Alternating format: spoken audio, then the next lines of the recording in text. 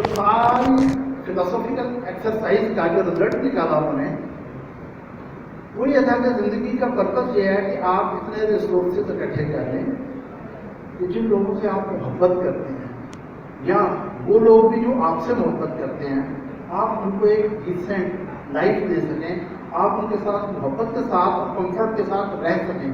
زندگی کا پرپس اس سے زیادہ نہیں ہے, اور بہت ریئرلی بہت کم لوگ اس آئیڈیل کو پہنچ پاتے ہیں. اب کوشچن یہ کہ میں نے آپ سے یہ بات کیوں کی, وہ اس لیے کی کہ آپ کی عمر میں ایک بڑا ڈیلیما ہوتا ہے کہ محبتوں کو آنر کیا جائے یا کیریئر کو آنر کیا جائے. کیا پیسہ پہلے آتا ہے, یا ڈگریز پہلے آتی ہیں, یا شادی پہلے آتی ہے؟ ہوتی ہے نا یہ پرابلم. یہ بڑے پریکٹیکل اسٹیپس ہیں. تو مجھے یاد ہے جب میں اسٹوڈنٹ تھا تو میرے ساتھ بہت سارے ظاہر کلاس میں لوگ تھے. کچھ کا خیال یہ تھا کہ زندگی کا سب سے بڑا پرپس یہ ہے کہ آپ امریکہ پہنچیں, وہاں جا کر کوئی بہت بڑے سرجن بن جائیں اور بہت سارا پیسہ بنا لیں, اور اتنا پیسہ بنا لیں کہ آپ کا گھر جو ہے وہ اتنا بڑا ہو کہ فرنٹ پہ بیچ ہو اور پیچھے جنگل ہو. یس, اور آپ ہیلی کاپٹر پہ اڑتے پھریں. یہ پرپس تو بہت غلط نہیں ہے, ٹھیک ہے, کسی کا دل کرتا ہے کہ should do effort for that, لیکن اس کے ساتھ میں نے اپنے کچھ دوستوں کو جنہوں نے یہ پریکٹیکلی اچیو بھی کیا ان کے ساتھ کچھ ایشوز دیکھے. وہ ایشوز کیا تھے؟ ظاہر ہے میں اپنے دوستوں کے نام نہیں دوں گا, I love them and I respect them, لیکن just to show light to you کہ جن لوگوں نے یہ اچیو کیا ظاہر وہ بہت کامیاب ہے, لیکن انہوں نے بڑی عجیب قیمت دی اس کی. مثلا ون آف مائی فرینڈ جو نے اس نے MBBS کیا, he was the only son. Foreign FM James, جس طرح آج کل USA میں بھی ہوتا ہے, اس زمانے میں FM جیمز ہوتا ہے, وہ کر کے میں چلا گیا. والد صاحب بیمار ہیں, وہ نہیں آ سکتا, وہ ریزیڈنسی کیا ہے, والد صاحب بہت ہو گئے ہیں, وہ نہیں آ سکا کیونکہ کیریئر میں فرق آ سکتا ہے. رائٹ, وہ برا بیٹا نہیں تھا, جسٹ وہ کوشش کیا کر رہا تھا کہ اس نے زندگی کا صرف ایک ہی پرپس سمجھا کہ وسائل اکٹھے کر رہے ہیں. کہ وہ بھول نہیں گیا کہ کس لیے اکٹھے کر رہے ہیں. ہم نے وسائل اس لیے اکٹھے کرتے ہیں کہ جن سے محبت کرتے ہیں, جو ہم سے محبت کرتے ہیں, ہم ان کے ساتھ مل کر ایک اچھی زندگی گزار رہے ہیں. کیونکہ اسی زندگی میں محبتیں کرنی ہے, اسی زندگی میں پیسہ بنانا ہے. محبتوں کے لیے کوئی اور زندگی نہیں ملے گی, اور پیسہ بنانے کے لیے کوئی الگ سے نہیں ملے گی. پھر ایسا وقت بھی آیا کہ اس کی شادی ہو گئی, اس کے بچے ہو گئے, اس کی والدہ یہاں پہ اکیلی تھی, والدہ 80 سال کی ہو گئی, 80 سال کی, وہ بالکل اکیلی نہیں رہ سکتی. دیٹ لونگ سن ٹوک دا مدر ان کیلیفورنیا. تو وہ 80 سال کی خاتون کیلیفورنیا میں ایڈجسٹ نہیں ہو رہے تھے, وہ وہاں نہیں رہنا چاہتی, وہ یہیں پہ اپنے گاؤں میں رہنا چاہتی ہیں. لیکن بیٹا بار بار بتاتا ہے, اماں دیکھیں میں نے آپ کے لیے کیسی گاڑی کی ارینجمنٹ کی ہے, اماں آپ دیکھیں اتنا بڑا گھر ہے, اماں آپ کے لیے میں نے یہ کر دیا وہ کر لیا ہے. لیکن اماں کو وہ کہتی ہے جینا میں نے وہی مرنا ہے جہاں پہ میرے اپنے ہیں. میں کبھی کبھی محسوس کرتا ہوں کہ وہ کوئی بہت متوازن ترقی نہیں ہے میرے دوست. کیوں نہیں ہے متوازن؟ کہ اس نے پاکستان میں بندہ آ نہیں سکتا. کیوں نہیں آ سکتا؟ کہ اکثر وہ حساب لگاتا ہے کہ 2-3 مہینے میں پاکستان رہا تو میرے پیچھے کتنے ڈالر کا نقصان ہو جائے گا. نقصان تو ہو جائے گا, وہ صحیح کہتا ہے. لیکن ہر بات جو صحیح ہو ضرورت نہیں خوبصورت بھی ہو. زندگی کا پرپس یہ نہیں کہ آپ نے بہت بڑی زندگی گزارنی ہے, آپ نے 50 کنال کا گھر بنانا ہے, یا آپ نے ضروری کیلیفورنیا میں رہنا ہے. زندگی کا پرپس یہ ہے کہ خوبصورت زندگی گزارنی ہے ان لوگوں کے ساتھ جن سے آپ محبت کرتے ہیں. اب خوبصورتی کا کانسیپٹ بھی بڑا عجیب ہے. کسی نے فلاسفر کو پوچھا کہ خوبصورتی کس چیز کو کہتے ہیں, تو انہوں نے, آپ سب کے دن میں خوبصورتی کے ڈفرینٹ کانسیپٹ ہو گئے, لیکن اس زمانے کے فلاسفر نے یہ کہا خوبصورت وہ چیز ہوتی ہے جو متوازن ہو. میں ایک مثال دیتا ہوں. آپ سب کو پتا ہے ایشوریا رائے خوبصورت ہو, کسی کو نہیں پتا تو ہاتھ کھڑا کریں. اچھا, پھر آپ یہ سمجھ لیں کہ کسی اور خوبصورت ایکٹریس کا نام لیں گے, 5-6 का नाम नहीं देना, एक काफी होगी जी। दीपिका पादुकोण, राइट। अच्छा, अब दीपिका भी बड़ी खूबसूरत है, ऐश्वर्या भी बड़ी खूबसूरत है, there's no doubt, the beautiful women। अब आप इमेजिन करें एक ऐसी औरत हो जिसको आधा चेहरा दीपिका का हो और आधा चेहरा ऐश्वर्या का हो, आपका क्या ख्याल है, वो खूबसूरत हो? नहीं होगी। क्यों नहीं होगी? क्योंकि मतवाजन नहीं है। मेरी बात आप समझ रहे हैं?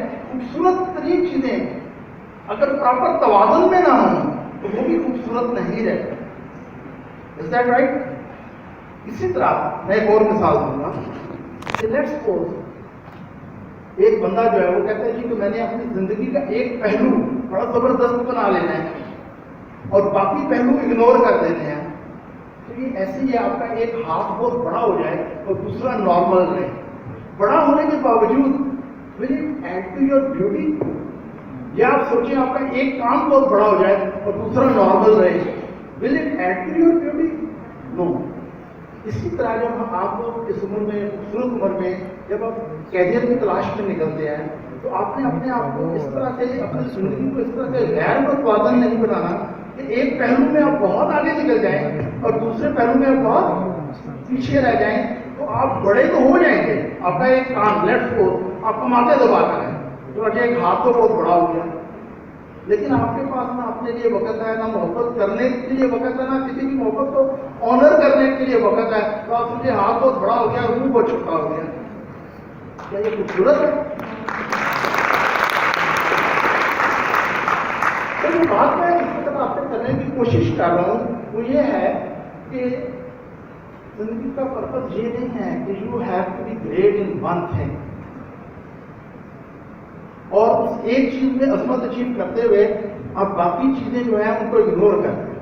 कामयाब जिंदगी ये है उसमें तवाज़ुन हो। जब आप देखें, मैं एक और मिसाल देता हूँ। जब मैं कहता हूँ कि मोहब्बत करने वालों के साथ चलना चाहिए, तो पिछले दिनों मेरे पास एक स्टूडेंट आया, पेशावर से था। वो कहता है सर मैं बड़ा परेशान हूँ, मुझे एडवाइस करें। मैंने FCPS करना है और मेरा प्रोग्राम में एंटर हो गया हूँ खैबर हॉस्पिटल में, लेकिन मेरे वालिद साहब बहुत बीमार हैं गांव में, तो मैं क्या करूं? मेरे वालिद साहब बहुत बीमार हैं तो मैं क्या करूं? तो मैंने कहा बेटा बात यह है, FCPS इंतजार कर सकता है, तुम्हारी फेलोशिप इंतजार कर सकती है, हो सकता है तुम्हारे वालिद साहब इंतजार ना कर सकते। तो उसने कहा सर कैरियर ज़ाया हो जाएगा, उसका जिम्मेदार कौन होगा? मैंने कहा तुम्हारे कैरियर का जो नुकसान होगा ना, वो नुकसान वो जात भरेगी जो मोहब्बतों को ऑनर करने वालों से मोहब्बत करती है, जो खिदमत। तुम्हारा नुकसान वो जात भरेगी जो खिदमत करने वालों की रिवॉर्ड का अपने पास हिसाब किताब रखती है। तो उसने एक बड़ा अजीब था, वो स्टूडेंट जो है मेरे बड़े क्लोज दोस्त का बेटा था, तो he came in the house, stayed 2-3 days with me।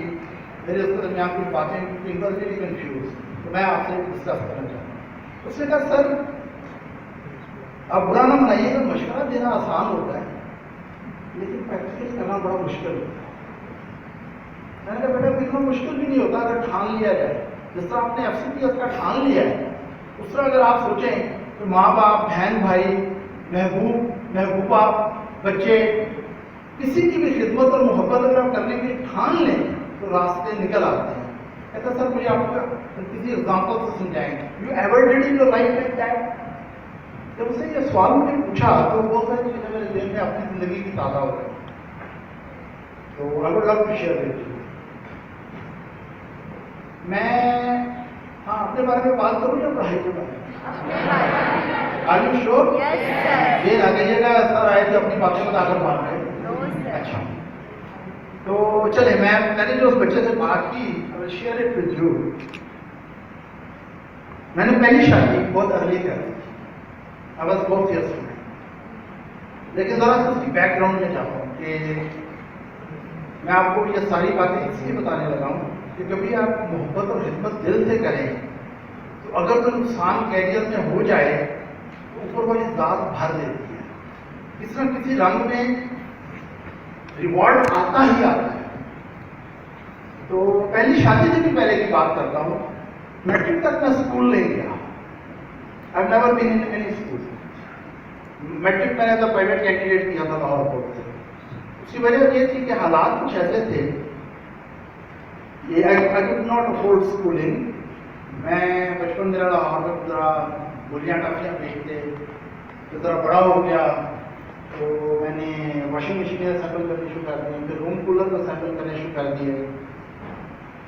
तो पढ़ाई का तो मेरा इतना ना हालात थे ना कोई कॉन्सेप्ट था। एक मेहरबानी की मेरी वादा ने, तो उन्होंने मुझे लिखना पढ़ना, रीडिंग एंड राइटिंग बहरहाल सिखा दिया, रीडिंग एंड राइटिंग, राइट। लेकिन ऐसा सच मेरा बहुत एम्बिशन नहीं था, मुझे बहुत पढ़ना लिखना, डॉक्टर इंजीनियर बनने का कोई ख्याल ही नहीं था, बिल्कुल इस तरह से कोई ख्याल नहीं था। तो हुआ ऐसे कि किसी ने मुझे कन्विंस किया, यार नजीब हम तुम मैट्रिक का एग्जाम दे लो, तो तुम अंगूठा छाप रहे हो, चले दे लेते हैं। तो मेरे मोहल्ले में एक लड़का था, I was just 14 year old और 15 ईयर ओल्ड, और वो MSc की थी उन्होंने, तो खालिद साहब, तो उन्होंने मुझे कहा यार नजीब हम तो मैट्रिक तक किताब छोड़ो और कुछ होता है यार। तो मैंने आर्ट्स की किताबें, मैट्रिक की आर्ट्स की किताबें मैं लाया और खालिद भाई से ही थोड़ा बहुत पढ़ना शुरू किया। He was very loving person. मैंने अब कामयाब होकर जिंदगी में उन्हें बड़ा ढूंढा, मुझे मिले नहीं, सो सॉरी। तो उन्होंने मुझे, वो साउथ अफ्रीका गए तो घूम गए, तो उन्होंने मुझे थोड़ा बहुत आर्ट्स में 3-4 दिन पढ़ाया। तो कहते यार तेरा तो दिमाग बड़ा चलता है, तो साइंस की किताबें रखें। मैंने कहा मैं साइंस की किताबें रख के क्या करूँगा? कहने लगे यार डॉक्टर बन जाए, साइंस की किताबें रख के डॉक्टर बन जाऊँगा। डॉक्टर कैसे बनते हैं? उसने कहा ऐसे पहले मैट्रिक करते हैं, फिर 2 साल FSC में लगाते हैं, फिर 5 साल मेडिकल कॉलेज में लगाते हैं, और उन्होंने लंबी सारी 7-8 साल का नुस्खा बता दिया। तो मैं हंस पड़ा ना, मैंने कहा आप मजाक कर रहे हैं? कहते हैं मैं सीरियस हूँ, आप डॉक्टर बन जाओ, आपका दिमाग बड़ा सही है, बड़े शौक से पढ़ते हैं। तो मैंने कहा कि ये इतने साल मैं कैसे करूँगा? अभी इसके लिए आपको मसाइल चाहिए, मैं तो खुद कमा के खाने वाला बनता हूँ, समटाइम्स फुटपाथों पे सोने वाला बनता हूँ। कहते यार तो हिम्मत कर, जब वक्त आएगा देखी जाएगी, ऐसे कर अल्लाह से कॉन्ट्रैक्ट कर, ये काम अल्लाह पे छोड़ते तो पढ़ाई से बचो। उम्र ऐसी होती है कि बात पर कोई बड़ा प्यार और मोहब्बत से बात समझाता है तो बड़ी दिल पे लग जाती है। मुझे भी उनकी कोई बात लगी, मैंने कहा ठीक है, कुछ काम बाकी अल्लाह पे छोड़ देने चाहिए, राइट। तो मैं अपना काम करता हूँ। तो खालिद भाई जब ये साइंस की किताबें मैट्रिक की ला, थोड़ा बहुत मैंने उनसे पढ़ना शुरू किया तो मुझे शौक हो गया पढ़ने।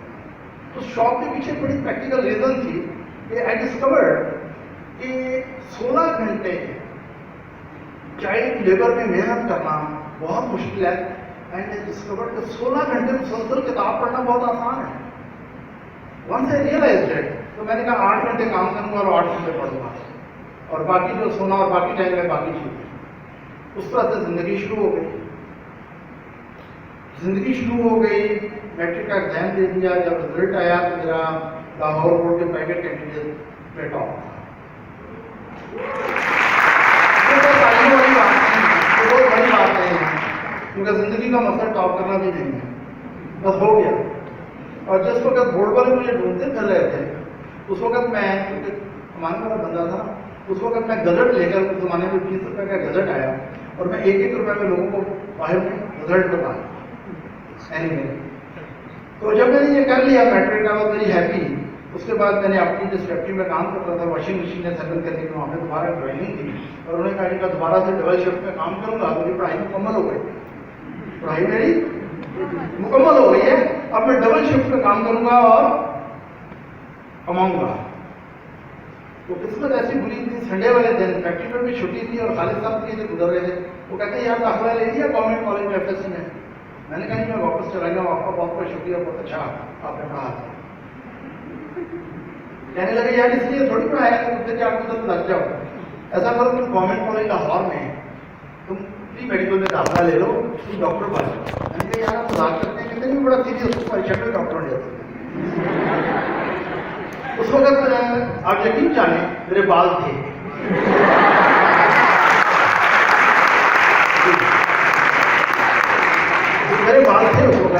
पता नहीं शायद उसको अपनी शक्ल में उन्हें कैसे लगा कि मैं डॉक्टर हूँ। तो उन्होंने कहा यार ऐसा करो गवर्नमेंट कॉलेज चले जाओ, वो उस वक्त प्राइवेट नहीं हुआ था और उस वक्त वो पंजाब में बेस्ट कॉलेज था, गवर्नमेंट कॉलेज लाहौर। पानी एक सेकंड पानी।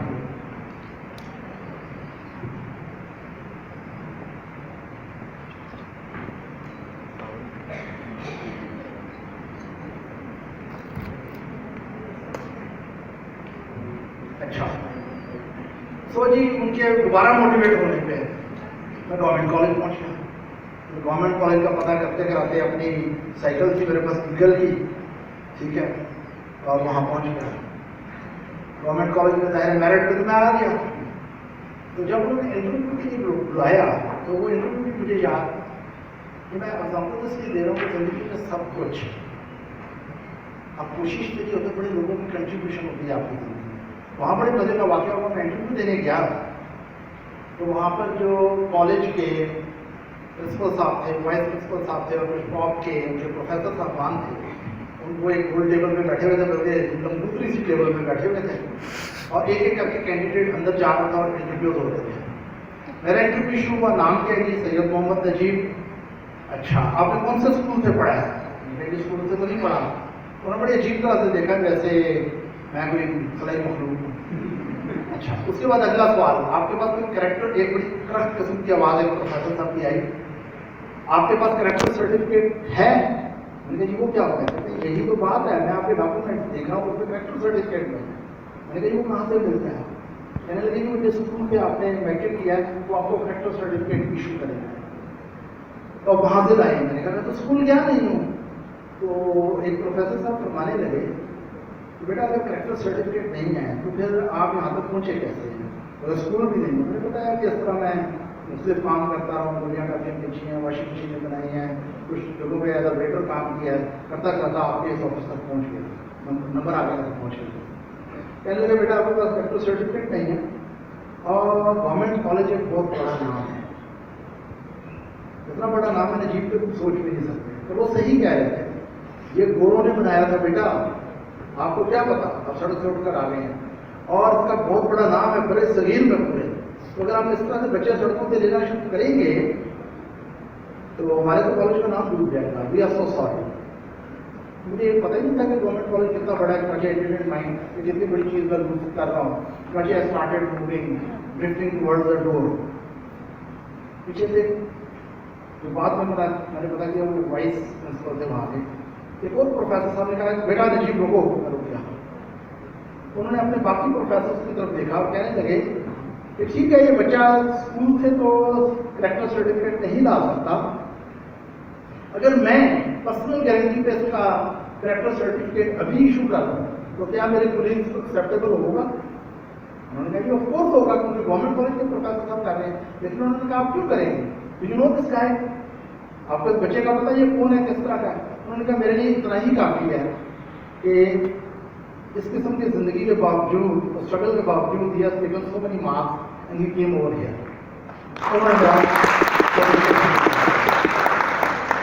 तो उनके लिए जबरदस्त तालियां होंगी।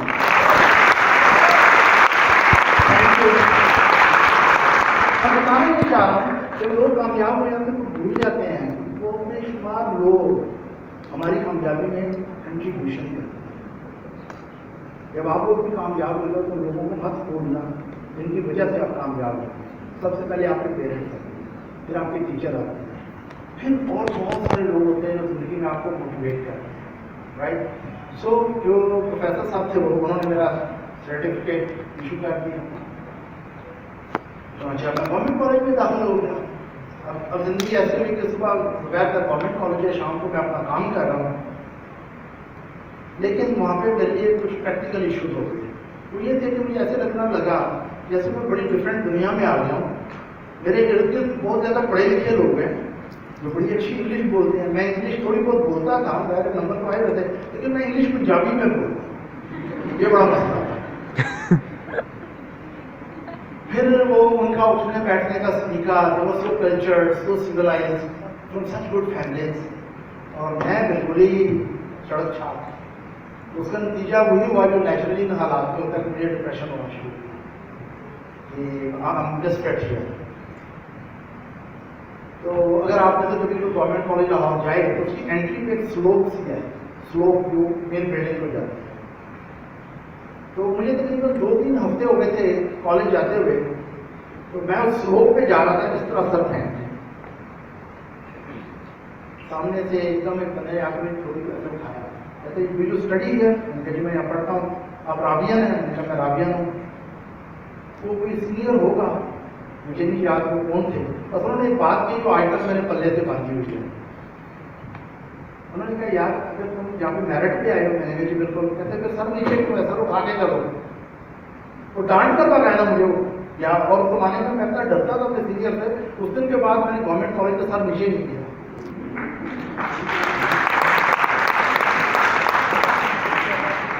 कहने का मतलब ये बेटा मसाइल हर जगह पे हैं, लेकिन मोहब्बतें भी हमारे दाएं बाएं बिखरी पड़ी हैं।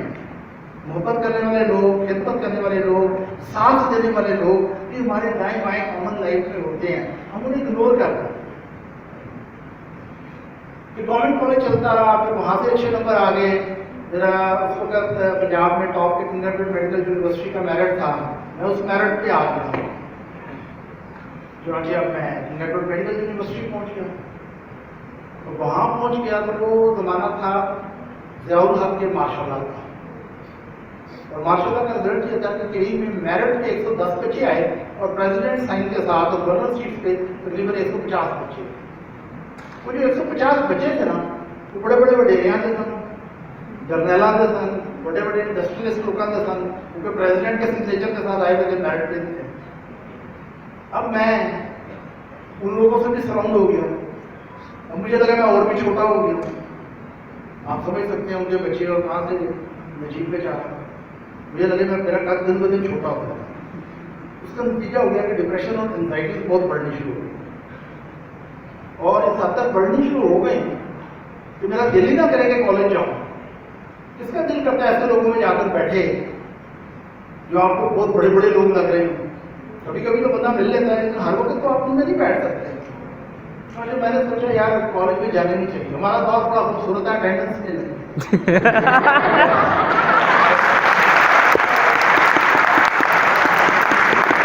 75 ने मारा हुआ है यार। अच्छा, उसका रिजल्ट क्या निकला कि लाहौर में लार्ज गार्डन है, जिना गार्डन है, उसमें एक कायदा लाइब्रेरी है। मैंने जाकर उसमें मेडिकल की बहुत सी किताबें पढ़ी थी, मेडिकल सेक्शन में मैंने जाकर वो किताबें पढ़नी शुरू की। मुझे कुछ वैसे ही खुद ही पढ़ने का, खुद ही समझने का शौक पैदा हो गया। उसकी एक सबसे बड़ी वजह क्या है, जो मैं आप लोगों को पढ़ाता हूँ, अगर मैं फिजियोलॉजी पढ़ाता हूँ तो मैं फिजियोलॉजिस्ट नहीं हूँ, मैंने फिजियोलॉजी में स्पेशलाइजेशन नहीं की हुई। अगर मैं न्यूरो एनाटॉमी पढ़ाता हूँ तो मैं न्यूरो एनाटॉमिस्ट नहीं हूँ। अगर मैं इम्यूनोलॉजी पढ़ाता हूँ तो मैं इम्यूनोलॉजिस्ट नहीं हूँ। पैथोलॉजी पढ़ाता हूँ तो एक्चुअली मैं पैथोलॉजिस्ट नहीं हूँ। राइट, मैं जस्ट एक मामूली सा MBBS डॉक्टर, मैं सही कह रहा हूँ, दिस इज ट्रू। लेकिन उस वक्त मुझे एक आदत पड़ गई कि समझ कर पढ़ना है लाइब्रेरी में, क्योंकि जो कॉलेज के लेक्चर होते थे मुझे समझ नहीं आते थे। मैंने बड़ा गौर किया ऐसा क्यों है, तो समझ में यही आई कि क्योंकि मैं स्कूल नहीं गया कभी, तो ये मेरे लिए एक तरह की ब्लेसिंग हो गई है। ब्लेसिंग ऐसे हो गई है कि अब मैं दूसरा पढ़ाई को मुझे समझ नहीं आता, और मैं कई घंटे सीट पे बैठ के सुन नहीं सकता टीचर्स को, और मुझे खुद सोचने और समझने की आदत पड़। और मैंने क्या करना शुरू किया कि लाइब्रेरी में बैठ के अपनी पढ़ाई कर लेंगे, कभी अटेंडेंस लग गई, कभी किसी दोस्त ने लगा दी, कभी ना लगी। एक दिन ऐसा हुआ कि मैं कॉलेज वैसे ही चला गया। जो लोग कॉलेज नहीं जाते वो कभी कभी वैसे भी चले जाते तो मैं वैसे ही चला गया। तो मैं ये तो नहीं आपको बताऊंगा कि मेरे दोस्त ने मुझे क्या बताया था जो मैं देखने गया, लेकिन मैं चला गया।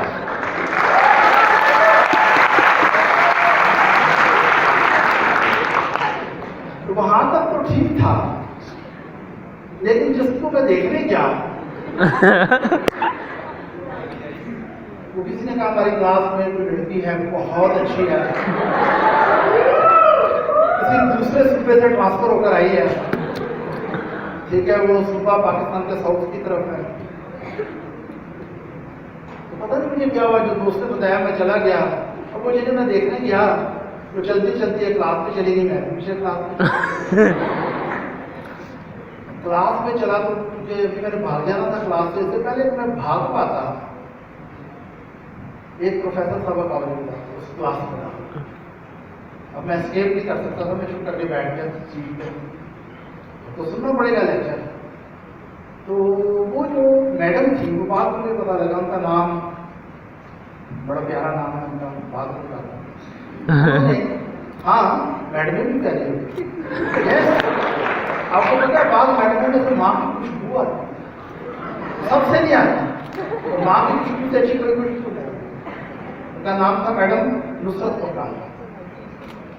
तो जब वो मेरे पीछे पीछे वो भी आ गई तो चुनाचे में वहीं पर डिपॉजिट हो गया एक सीट पे, तो उन्होंने पढ़ाना शुरू किया। तो उन्होंने कहा कि आज हम एक्शन पोटेंशियल पढ़ाना शुरू करते हैं कि हार्ट के कार्डियक एक्शन पोटेंशियल के। तो भाई एक आध दिन पहले लाइब्रेरी में मैंने वही पढ़ा था, तो मैडम ने कहा कि आएगा बोर्ड पे इसको ड्रॉ करेगा, एट्री और वेंट्रिकल के एक्शन पोटेंशियल का डिफरेंट डायग्राम होती है थोड़ी सी। वक्ती तौर पर मैं भूल गया मैडम के स्वाद है, मैं बड़ा छोटा सा बंदा बड़े बड़े लोगों में बैठा, तो मुझे इतना याद रहा कल लाइब्रेरी में मैंने वाकई पढ़ा था कि एट्रियल एक्शन पोटेंशियल की डायग्राम और वेंट्रिकल के एक्शन पोटेंशियल की परकेंडियल फाइबर के एक्शन पोटेंशियल इनके डिफरेंस क्या है। तो क्योंकि मैं भूल गया, वो मुशफ़क़ ही इतनी थी, मैंने हाथ खड़ा किया, उनका बेटा बोर्ड पे आ गया, मैं चला गया। और उसके बाद मैडम ने जो मुझे आवाज़ आई, मैं बोर्ड की तरफ कोशिश कर रहा था, हाथ मेरे ऐसे ऐसे हो रहे, काम रहे थे बड़ी बुरी तरह से।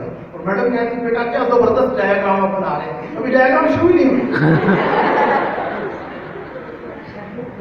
लेकिन बहरहाल मैंने किसी तरह मुकम्मल की, तो मैडम ने फौरी तौर पर उसके कुछ मेजर चेंजेस करके कहा बेटे ने कमाल कर दिया।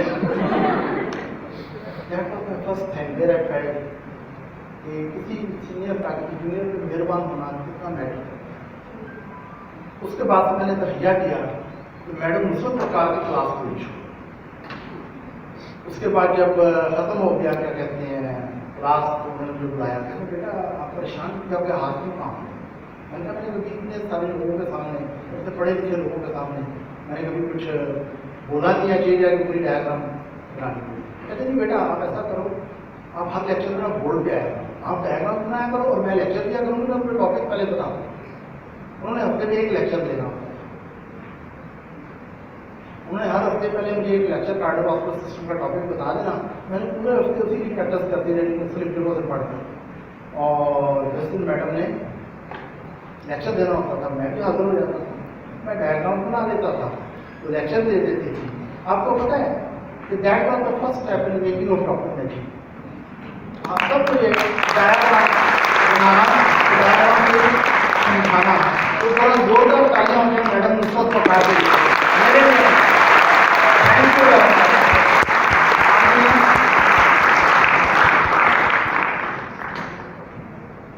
तो ये तो इस तरह से हो गया कि फिजियोलॉजी के डिपार्टमेंट में मामला हल हो गया ऐसे। अब हम हेड ऑफ द डिपार्टमेंट जो है मैं उनकी गुड बुक्स में आता।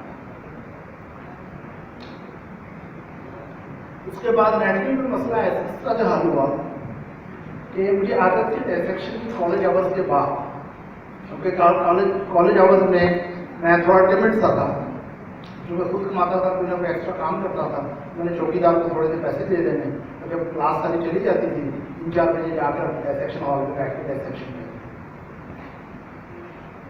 तो एक दिन इत्तेफाक से कोई शाम 5-6 बजे के करीब head of the department office dissection hall के साथ साथ रास्ता अंदर से भी गुजरता था।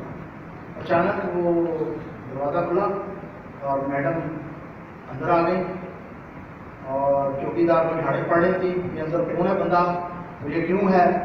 तो मैडम ने आके देखी डायसेक्शन में कि बेटा बड़ी अच्छी डायसेक्शन करें, पर इस वक्त क्यों कर रहे हैं। मैंने कहा मैडम मुझे मुझे जिम आपने अलॉट किया हुआ है, उस पर काफ़ी हम लोग हैं ज़्यादा, तो मुझे मौका नहीं मिल रहा, एम ही डॉक्यूमेंट सरकार देती। तो मैडम ने देखा था, कहती मुझे बहुत अच्छी बेटा लगी है डायसेक्शन, हम बड़ी मेहनत से कर रहे हो, ऐसा करते हैं कल तो तुम्हें पूरी बॉडी अलॉट कर देते हैं, तुम यहाँ से स्पेसिमेंस बना के दो। That was strange. मतलब मेरा कहने का ये है कि बच्चों हर चीज़ जो है ना हिसाब किताब से नहीं चलती।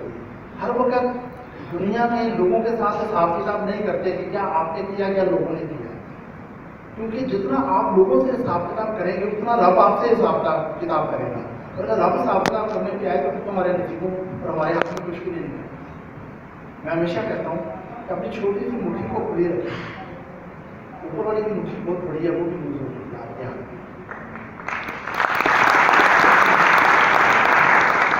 तो जहाँ मैं 4 बंदों में बैठ के डिसेक्शन नहीं कर सकता था, एम्बेरस करता था, कहाँ पर मुझे पूरी बॉडी अलॉट हो गई और बाद में पता लगा 4 पॉइंट डेमोस्ट्रेटर्स जिन्होंने इंग्लैंड में जाके FRCS पार्ट 1 के एग्जाम्स देने थे, उन्होंने कई बार मैडम को रिक्वेस्ट की कि हमें अलग बॉडी अलॉट कर दें, उन्होंने नहीं की।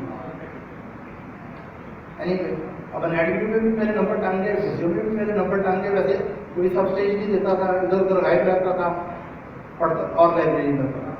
ठीक है, उस हमारे ज़माने में फर्स्ट ईयर के एग्जाम सेपरेट नहीं होते थे, फर्स्ट ईयर और सेकेंड ईयर पहले 2 साल के बाद फर्स्ट प्रॉफ। अब जैसा कि होता है, अब जितना मर्जी थर्ड है प्रॉफ आ जाता है, मेरा भी फर्स्ट प्रॉफ आ गया। अब फर्स्ट प्रॉफ आ गया तो मुझे महसूस हुआ कि मेरी तैयारी हुई। अब तैयारी ना होने की वजह क्या थी? वजह ये थी मैं हर चीज़ को समझ कर डिटेल से पढ़ने का यूज किया। कॉलेज के टेस्ट वगैरह दिए कोई नहीं थे, और तो और छोड़े सेंडअप भी दिया नहीं था, और जिन लोगों ने एग्जाम देना था उनमें मेरा नाम भी नहीं था। ऐसा तो होता है ऐसे कामों में, राइट? मैंने इस पर भी बड़ा शुक्र किया कि चलो यार कम अज कम एग्जाम नहीं देना पड़ेगा। मैं बड़ा परेशान करके एग्जाम कैसे दूंगा, कोर्स पीछे कवर नहीं होगा, राइट? तो मैंने अपने दोस्तों को कहा यार, उन्होंने बड़ा अफसोस किया मेरे साथ, यार जी मेरा नाम ही नहीं है, तो तुम तो डिटेल हो जाओगे, तुम्हें तो इजाज़त थी एग्जाम देने की, हमारी ना अटेंडेंस थी ना टेस्ट थे ना ये वो। मैंने कहा मैंने कौन सा देना है, मैंने एग्जाम देना नहीं, मैं साल बाद दे। मुझे इतना कॉन्सेप्ट नहीं था ज़िंदगी के बारे में कि 1 साल ज़ाया हो तो क्या क्या होता है, मुझे अभी वो कॉन्सेप्ट नहीं। क्योंकि मैं समझता हूँ जब तक आप जिंदा हैं, अगर आप सांस ले रहे हैं, आप मोहब्बतें कर रहे हैं, खिदमतें कर रहे हैं, मोहब्बतें वसूल कर रहे हैं, कोई साल ज़ाया नहीं होगा।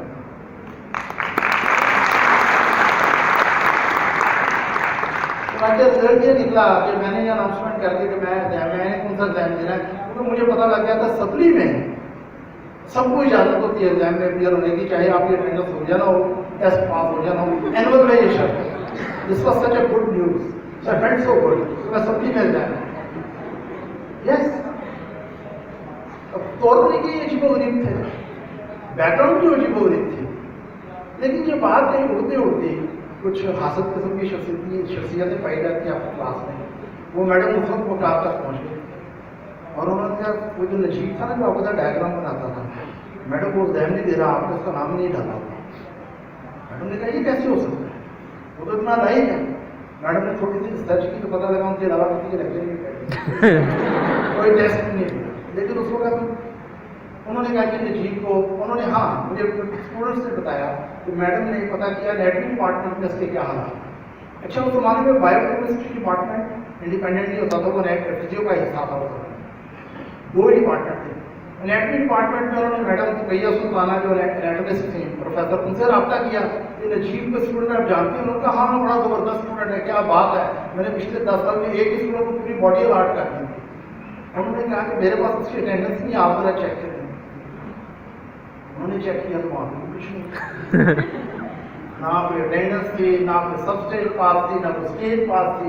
सेंटर में दोनों मैडमों ने सर जोड़ा तो उन्होंने कहा कि नजीब को बुलाकर तो डांटते हैं।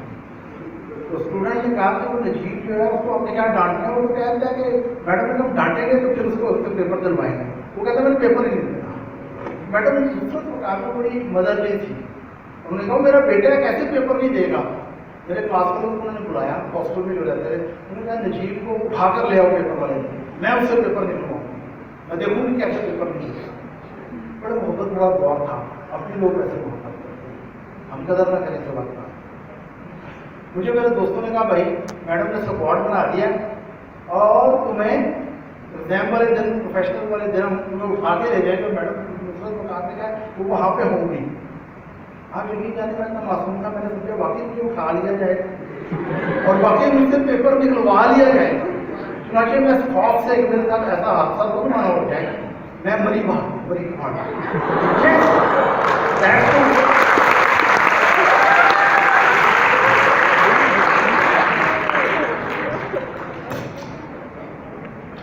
मैं मरी भाग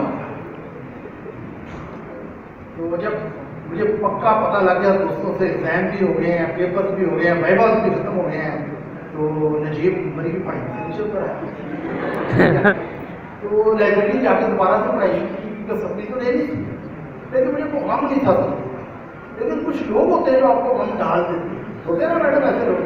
आप अच्छे बड़े खुश हैं, नाटक में आ रहे हैं, तो मैं आपसे बैठ जाऊँ, आगे से कुछ सड़े हुए लोग आते हैं, कहते हैं यार तुमने एग्जाम किया बड़ा अफसोस, उसके बाद छुट्टियाँ हो जाएगा, पीछे रह जाओगे, तुम्हारा कैरियर खत्म हो जाएगा वगैरह वगैरह। लेकिन उन सड़े हुए में से एक बड़े मेहरबान थे, तब मैं सेकेंड ईयर में था, डेफिनेटली वो फोर्थ ईयर में होंगे, हमने बल्कि भाई कहते थे लाइब्रेरी में, वो कहते यार जी सुना तुमने एग्जाम नहीं दिया। हाँ मैंने कहा यार मैंने सुना मैंने एग्जाम नहीं दिया। कहने लगे यार मैंने ये भी सुना कि एग्जाम ना देने की वजह ये है कि तुमने ना कोई टेस्ट दिया है, ना कोई क्लासें अटेंड करते हो, लाइब्रेरी में तो तुम इतना पढ़ते हो। तो मुझे कहने लगे कि यार मुझे बताओ मसला क्या तुम्हारे साथ। मैं कहा मेरा दिल नहीं करता क्लासों में बैठा, अपने ग्रुप में मैं टेस्ट कर। उन्होंने 15-20 मिनट मुझे ज़रा हौसला दिया, बातें सुनी, तो जो उन्होंने डायग्नोसिस किया वो ये किया नजीब चार गल सुन, आप आए हो सड़कों से, इस बड़े स्ट्रक्चर्ड और इतने कल्चर्ड एनवायरनमेंट में आप फिट नहीं हो रहे, तो आपको एक साइकोथेरेपी की जरूरत है, फिर आप ठीक हो। अभी तक मैं ठीक नहीं हुआ, लेकिन उसको मैंने कहा यार साइकोथेरेपी कहाँ से मिलेगी। बल्कि मैं इनका यार वो जो हॉस्पिटल में कॉलेज के साथ जो हॉस्पिटल उधर चले जाऊँ, वहाँ साइकेट्री का डिपार्टमेंट है, उसमें बड़ी प्यारी प्यारी साइकोलॉजिस्ट बैठी उधर चले जाओ, someone should be able to help you, कि तुम इतना पढ़ते हो तो कॉन्फिडेंस के साथ क्लासें अटेंड करो और एग्जाम भी दे सको। तो मैं उसकी बाकी बातों ने सुनी, आखिरी बात मुझे बड़ी अच्छी लगी। मैं अगले दिन सुबह सुबह साइकोलॉजी डिपार्टमेंट में पहुंच गया। मैं बोर तो नहीं कर रहा आप लोगों को, पक्की बात है, देख ले मेरा क्या, मैं सारी रात बातें करता रहूँगा, बोर तो नहीं हो जाएंगे। लेक्चर शुरू कर लेते हैं, एक लेक्चर वैसे मैं अभी दे सकता हूँ, study on inflammatory bowel disease, respiratory colitis and chronic disease पे हो जाए लेक्चर। तो बातें कर रहे हैं, बातें करनी है। हाँ अभी तो फोर्थ ईयर आना है, अभी तो पहली शादी होनी है।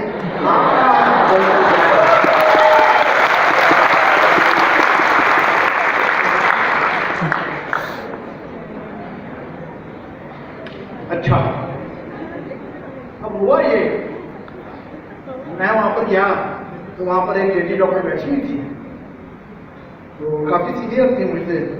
तो उन्होंने मुझे इस तरह के सवाल पूछने शुरू किए, क्या मसला है। मैंने कहा मुझे नहीं पता क्या मसला है, लेकिन मुझे किया तो बताया मुझे कुछ मसला है, साइकियाट्रिक मसला है या साइकोलॉजिकल मसला है, कोई किस्म का मसला है। कहते क्या मसला है। मैंने कहा मैं एग्जाम नहीं दूँ।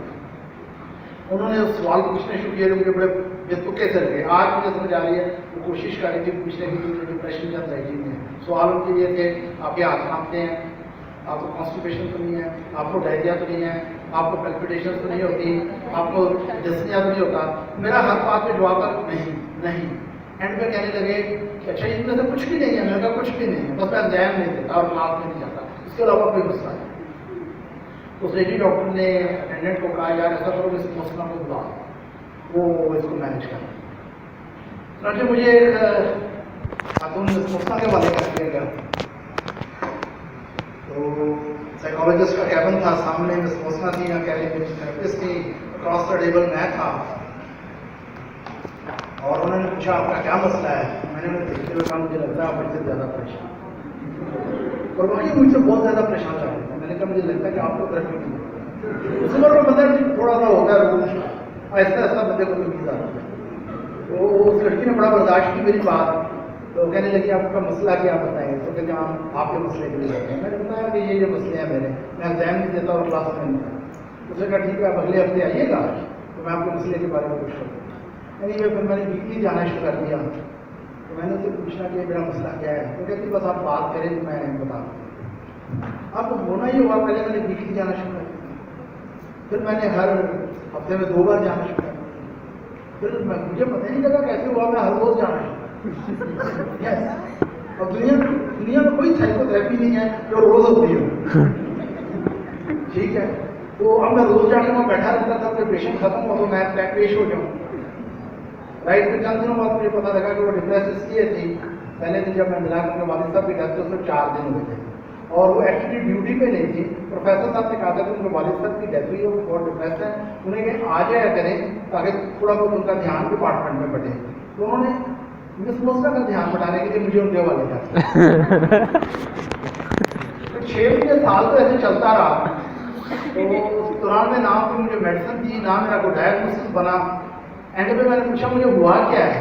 हाँ, इस दौरान में काम हुआ, सप्ली आई, मैंने बड़े आराम से सप्ली दी, देयर वाज नो इशू, आराम से पेपर दिए, वाइवा दिया। शायद मिस मोस्का के कमालात थे, आई डोंट नो, लेकिन दे दिया क्योंकि उन्होंने मुझे धमकी दी थी कि अगर तुमने पेपर ना दिया तो शक्ल आ जाए। तो मैंने कहा शक्ल तो देखनी।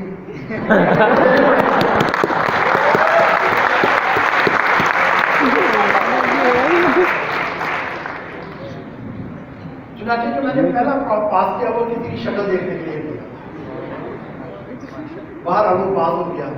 अब मैं 3rd ईयर में आ चुका था और 3rd ईयर के प्रॉप कितनी देर थी, 4-5 महीने थे, क्योंकि सबकी थे जो आ गया।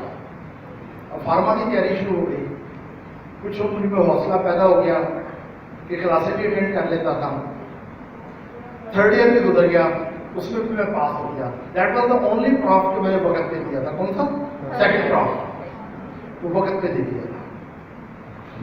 अब 4th ईयर में आ गया, राइट। क्लासें अब अटेंड होना शुरू हुई थी, थोड़ी बहुत पढ़ाई भी सीख जा रही थी, कभी कभी कोई एग्जाम भी दे देता था। तो मुझे उसके दौरान में महसूस होना शुरू हुआ कि मुझे मिस मोस्का से शादी करनी। तो मेरे ख्याल में मुझे मेरे आसार नजर आ रहे थे, उन्होंने मुझे ठंड करानी समझदार था, सही बात। अब हमारे दरमियान एक साइकोलॉजिकल तस्वीर चल रही है, मैं मिलने की कोशिश कर रहा हूँ, वो बचने की कोशिश कर रहे हैं, ठीक है। लेकिन अब जो बंदा आगे बाहर बैठ के उसे क्या कहा जाए। अच्छा, ये मामला इस तरह चलता था। एंड पे मैंने कहा कि I feel I am afraid of falling in love with you.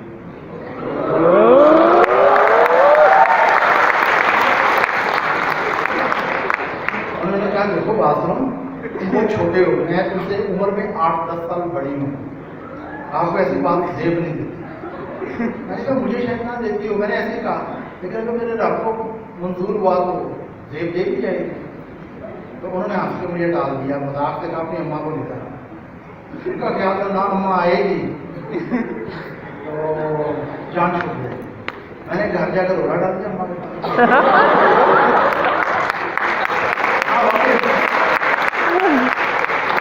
अच्छा, इस दौरान में कुछ मेरा मिलना जुलना भी कम हो गया, मोस्का से ठंड हो रही थी ना मुझे, तो उसका एक नुकसान होना शुरू हो गया कि मेरी एंजाइटी वापस आ गई एग्जाम नहीं देना।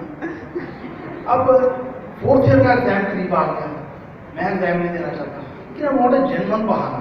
तो मैं चाह रहा था कि मोस्का पे डाल दूँ, क्योंकि मुझे शादी नहीं की, इसलिए मैंने बहरहाल मैंने अम्मा को बड़ा जाके सताया। तो अम्मा ने कहा चलो मैं जाके बात करती हूँ उससे। मैं अम्मा को लेकर पहुंच गया, वो नहीं कर रही थी, तो सच्ची मुची अम्मा को लेकर आ गया। मुझे नहीं पता मेरी अम्मा और मोस्का के दरमियान क्या बातें हुई, लेकिन रिजल्ट ये निकला कि अगले दिन जब मैं मोस्का को मिलने गया तो शी स्ट्रेट में रिफ्यूज टू सी। मुझे बड़े सालों बाद पता लगा क्या हुआ था, लेकिन कुछ हुआ। उसने कहा आपने दोबारा यहाँ पे नहीं आना, आप बिल्कुल ठीक हैं, मेरी की गलती है, आपको टाइम दिया, आपको कभी भी जरूरत नहीं थी साइकोथेरेपी की, और आप चले गए। मैं आपसे बहुत बड़ी और मैं शादी नहीं करूँगी। आपको पता है लड़के उस उम्र में जज्बाती होते हैं, किस भाई साहब का मैं था, मैंने तो नामा कर दिया उस डिपार्टमेंट में। मैंने कहा आपने मेरा टाइम तय कर दिया, मैं तब भी एक मेडिकल स्टूडेंट था, 3 साल मुझे रोज मिलती नहीं है, आपने ये बात 3 साल पहले 2 साल पहले क्यों नहीं कही। एनीवे, हंगामे का जो रिजल्ट होता है वो यही होता है कि कुछ उसके डिपार्टमेंट में लोग आए, उन्होंने मुझे ऐसे करके देड़ी यहाँ से देखा मैंने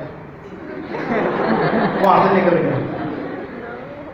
अब घर आकर तो मेरी जज्बाती हालत ये थी कि मैंने अम्मा को कहा कि फौरन मेरी शादी कर। अम्मा ने कहा शादी अब क्या जरूरत है शादी की, क्या मोसा मान ली। मैंने कहा नहीं, उसने रिफ्यूज़ कर दिया, लेकिन मैं उसे साबित करना चाह रहा हूँ कि अगर वो रिफ्यूज़ कर दे मैं कोई ना कोई लड़की जरूर दुनिया में मुझसे शादी करेंगे।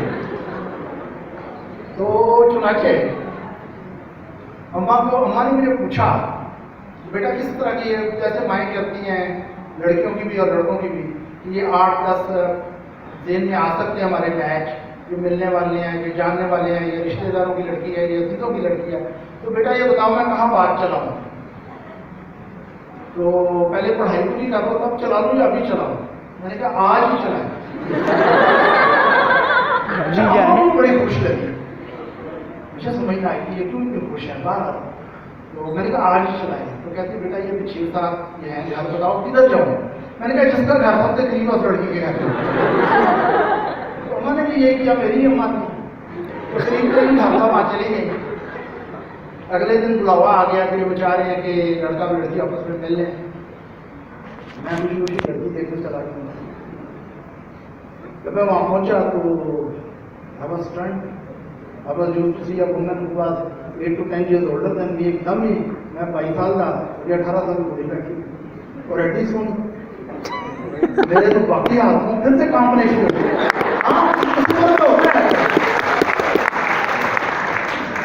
بارہ جی میں نے اماں کو کہا کہ بس ٹھیک ہے ہاں کر دیں۔ اماں کہہ رہی چاہے تو پی لو، میں اشارے کروں گی ڈن کر دیں۔ ایک دن پتہ نہیں لڑکی نے اپنی ماں کے کان میں کیا کہا کہ انہوں نے کہا کہ آپ دوسرے کمرے میں جا کر آپس میں پہلے بات کریں۔ میں دوسرے کمرے میں پہنچا تو کہنے لگی کہ آپ کو شادی کے لیے جلدی کیا ہے؟ میں نے کہا میری جلدی یہ ہے، میں ان کو صحیح سے بتانا چاہ رہا ہوں، مجھے ایک عورت سے بڑی محبت ہے۔ اس نے 3 سال مجھے اپنے ساتھ چلایا، اس کے بعد مجھے ڈھونڈا مار کے نکالا اور مجھے اس وقت بڑا غصہ ہے اور میں نہیں چاہتا کہ میں اس کے ڈپارٹمنٹ کے باہر جا کے بیٹھا رہوں لفنگے لڑکوں کی طرح، میں عزت دار لڑکا ہوں۔ چنانچہ میں نے فیصلہ کیا کسی سے بھی شادی کرنا ہوں، I'm sure کہ میں اسے وفادار ہوں گا اور دوبارہ سے میں ادھر جا کے زندگی نہیں ہوں گا۔ کہتی ہے اس کا مطلب ہے یہ کوئی چیلنج ہے؟ میں نے کہا بالکل یہ چیلنج ہے کہ میں اس سے جان بنا رہا ہوں۔ کہتی بالکل بہت مزہ آئے گا، آپ میں مر بھی گئی تو آپ مجھ سے جان نہیں چھڑا سکتے، یہ کمپٹیشن ہی تھے۔ چلے یہ جب دونوں کمرے سے خوشی بس اتنی بات ہوئی اور کچھ نہیں تھا، ہم دونوں خوشی خوشی باہر نکلے، ہماری ماؤں نے آپس میں ڈن کر لیا اور 2 ہفتے بعد آئی ایگزیکٹلی ریمبر تو 13 دنوں بعد میرا 3rd پروفیشنل پیتھالوجی کا پراپ تھا اور 11 دنوں بعد میری بات آ جائے۔ میں نے بس سو ہیپی کہ ایگزام نہیں دینا پڑا۔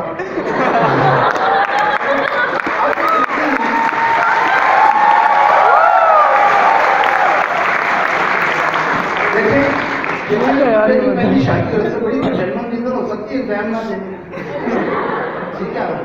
چنانچہ اس وقت میں نے ایک کام کیا کہ شادی کا کارڈ جا کے موسم کو دیا، نہ اس کو میری طرف غور سے دیکھا نہ میں نے اس کو دیکھا۔ ایم ایس شراب ہو نہیں پتا انوائٹ کرنے جاتا ہے، اس کو بڑا سین تھا۔ میں آ میری شادی ہو گئی، ابھی میں نے 4th ایئر پاس نہیں کیا۔ اچھا اس دوران میں مزے کی بات کی ہوئی کہ مجھے پڑھنے پڑھانے کا بڑا شوق تھا، تو جب میری شادی ہو گئی تو میرے دوستوں نے سوچا یار نجیب تم ہمیں ٹیوشن پڑھا نہیں سکتا، ہمارے گھر کا خرچہ نکلے گا اور ہماری پڑھائی نکلے گی۔ یہ ارینجمنٹ بھی ہو گیا۔ اب میں تھا، میری نئی نویلی دلہن اپنے پاس لبنا پڑا چینج شمع، تو میں تھا، شمع تھی، ہمارا ایک ننا منا سا کرائے کا گھر تھا، ایک CD70 موٹر سائیکل تھی، and that was all over کائنات، and we was so happy کہ ہمارا خیال تھا دنیا میں ہم سے زیادہ کوئی کو خوش ہوا ہی ہو۔ تو زندگی ایسے گزر رہی تھی۔ اس دوران میں آپ کو پتا ہے ظالم سماج وہ سبلی آتی سبلی کا ایگزام آنا شروع کیا، میں دن رات پڑھ رہا ہوں، پڑھائی کر رہا ہوں اور سبلی میں 4th ایئر کا ایگزام دے رہے ہیں۔ ایک دن میں نے شمع کو کہا کہ میرا خیال ہے سپلیمنٹری رہنے دیں۔ کہتی وہ کیوں رہنے دیں؟ میں نے کہا اس لیے رہنے دیں کہ خدا نہ خاصہ اگر میں پاس ہو گیا تو میں فائنل ایئر پہ جاؤں گا، اور تمہیں نہیں پتا فائنل ایئر پہ بہت محنت کرنی پڑتی ہے، اور فائنل ایئر میں بندہ میاں بیوی ایک دوسرے کو ٹائم ہی نہیں دے سکتے، وارڈ پہ ڈیوٹیاں لگتی ہیں۔ تو ویسے مذاق سے میں نے کہا پہلی شادی کا پہلا سال بار بار نہیں آتا، ذہن تو آتے جاتے رہتے ہیں۔ اس نے کہا نہیں آپ نے ایگزام دے رہے ہیں تو سارے رشتے دار کہیں گے کہ میں بیوی بن کے آئی اور میں نے تمہارا ٹائم ضائع کیا اور تم فیل ہو گئے۔ میں نے کہا نہیں ان کو چھوڑو رشتے داروں کو، ہم خوش ہیں، ہم ایگزام بعد میں دیں۔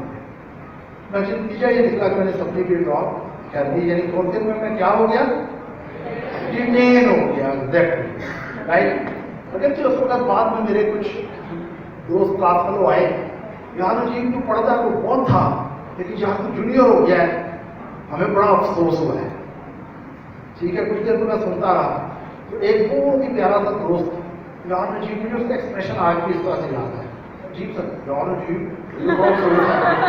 ہو گیا نا، میں نے کہا یار بات تو میری شادی مجھ سے پہلے ہوگی اور میرا بیٹا ہونے والا ہے اور تیرے سارے بیٹے مجھ سے میرے بیٹے سے جونیئر رہے ہیں.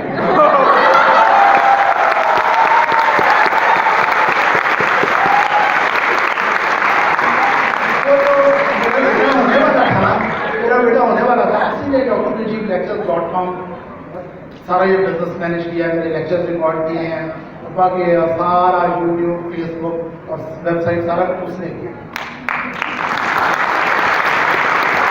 ہونے والے بچے کا کمال ہے کہ I know all of you and you know me.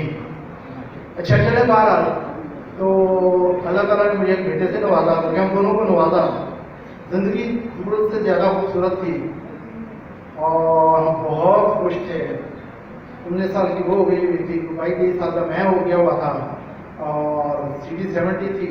Petrol اتنے پیسے میں ٹیوشن سے بنا لیتا تھا. زندگی بہت اچھی ہے. اور پھر میں نے آخر کار 4th ایئر دے دیا اور فائنل ایئر میں آ گیا اور کلینکل پڑھائی شروع کر لی.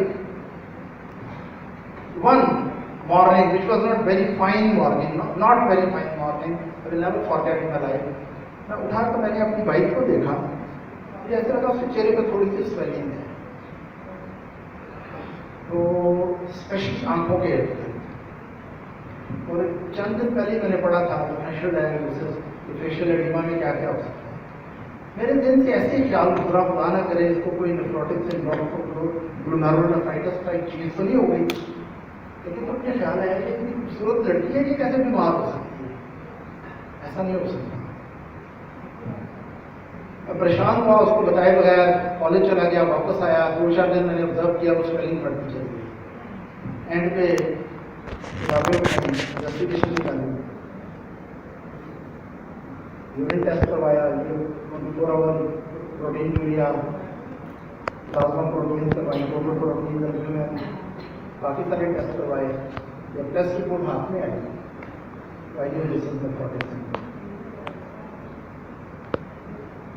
ایک بار تو جسے کہتے ہیں نا پوتے ہو گئے, کیونکہ محبت مجھے جنمن پہلی بار ملی.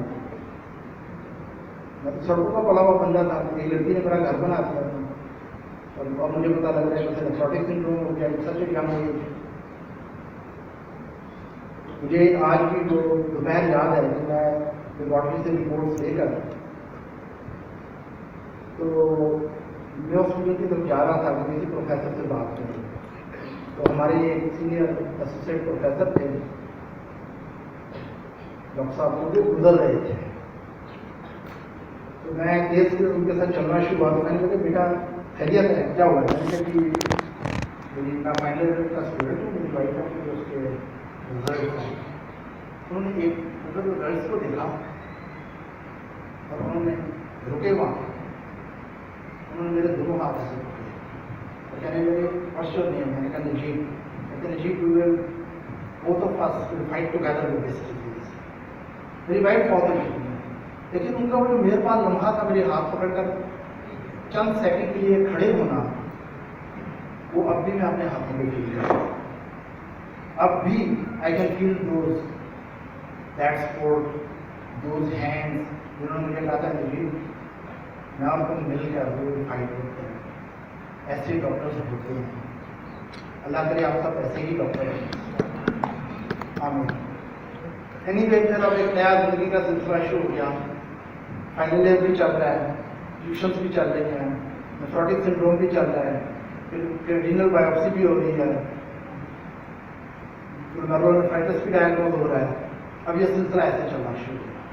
And eventually I went to nephrologist specialist. اب مجھے پتا لگ گیا کہ میرے پاس اب یہ لگژری نہیں ہے کہ میں فائنل ایئر کا ایگزام دوں یا نہ دوں, اور مائی وائف اور مائی ڈیڈ مجھے ایگزام دے دینا چاہیے ٹائم. اب نخرے ختم. I was a changed person. اسی بیماری نے مجھے مکمل چینج کر دیا. I was no more that Najib جو پہلے تھا. فائنل ایئر میں ٹائم ہوا, اس کو بہت اچھے رزلٹس آئے. ہاؤس جاب کرنے گیا. ہاؤس جاب کرنے گیا تو سب سے پہلے شروع میں ہی میری سرجری میں ہاؤس جاب لگ گئی. اور سرجری کے ہاؤس جاب میں مجھے یہ پتہ لگا جا کر یہ تو ڈیوٹی بہت ٹف ہے. اس میں آپ یہ نہیں ہے کہ آپ نے 2 بجے ہاسپٹل ختم ہو گیا تو گھر جا رہے ہیں, جونیئر ہاؤس آفیسر کے پاس اسٹے کر رہے ہیں. وہاں پہ نائٹس بھی لگتی ہیں, وہاں ایمرجنسیز بھی لگتی ہیں, وہاں پہ آپ کے वार्ड वीक्स भी लगते हैं, तो 5-7 दिन करके तो मैं भाग गया। उनका मैं ये सर्जरी और मेडिसिन नहीं कर सकता। क्यों नहीं कर सकता? इसलिए तो मेरी बीवी बीमार है, मैंने ट्यूशन पढ़ानी है। मैं मेडिकल स्टूडेंट को पढ़ाता था। That was the foundation being laid at that time. उदाहरण लगता था कि शायद इस कैरियर ज़ाया हो रहा है, लेकिन ऐसा नहीं था। शायद उन्हीं ट्यूशन का असर आज के लेक्चर में भी हो। सो अब इस तरह से चल रहा था। मैं तो मेडिसिन और सर्जरी की वार्ड में ड्यूटी करता, तो ट्यूशन पढ़ाने का टाइम नहीं था। मेरे पास अपनी बीवी का पास बैठने का टाइम नहीं था। सो डिसाइडेड कि मैं सबसे ठंडी ठार हाउस जॉब करूँगा। वो थी न्यूरोलॉजी में, जिसमें दोपहर का 2 बजे छुट्टी हो जाती है, कोई इमरजेंसी नहीं लगती। डर्माटोलॉजी होगी, इस तरह की होगी। तो चुनाचे मैंने मेडिसिन सर्जरी की रोटेशन से अपने आप को निकाला। माइनर रोटेशन में पूरा साल अप्लाई कर दिया। मेरे इतने सारे दोस्त थे, फिर इकट्ठे हुए, कहते यार तजीब तेरे ड्रामे नहीं खत्म होते, कभी तू ध्यान नहीं देता, कभी तू डिटेन हो जाता है। अब तू हाउस जॉब करने आया है, तुम अगर मेडिसिन सर्जरी में हाउस जॉब नहीं करेगा, यार तजीब दुनिया में तुम्हें कोई नहीं चाहेगा, तो तुम खत्म हो जाओ। तुम्हारा मेरिट दिया, तुम क्यों कर रहे हो? मुझे यार इसका मेरी बीवी बीमार है, तो मैं नहीं कर सकता। एनी उन सबको लगा कि शायद मैं थोड़ा सा खिसक गया हूँ। उस दौरान में बहरहाल बहुत से लोग मेरे पास पढ़ने आना शुरू हो गए।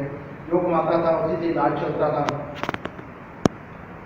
फिर भी मैं अल्लाह का शुक्र अदा करता था कि वो मेरे साथ था और मैं उसके साथ। आई वॉज स्टिल अजीब दौर था। मैं खुश भी था कि वो मेरे पास है, परेशान भी था, मुझे नहीं पता आगे क्या हो।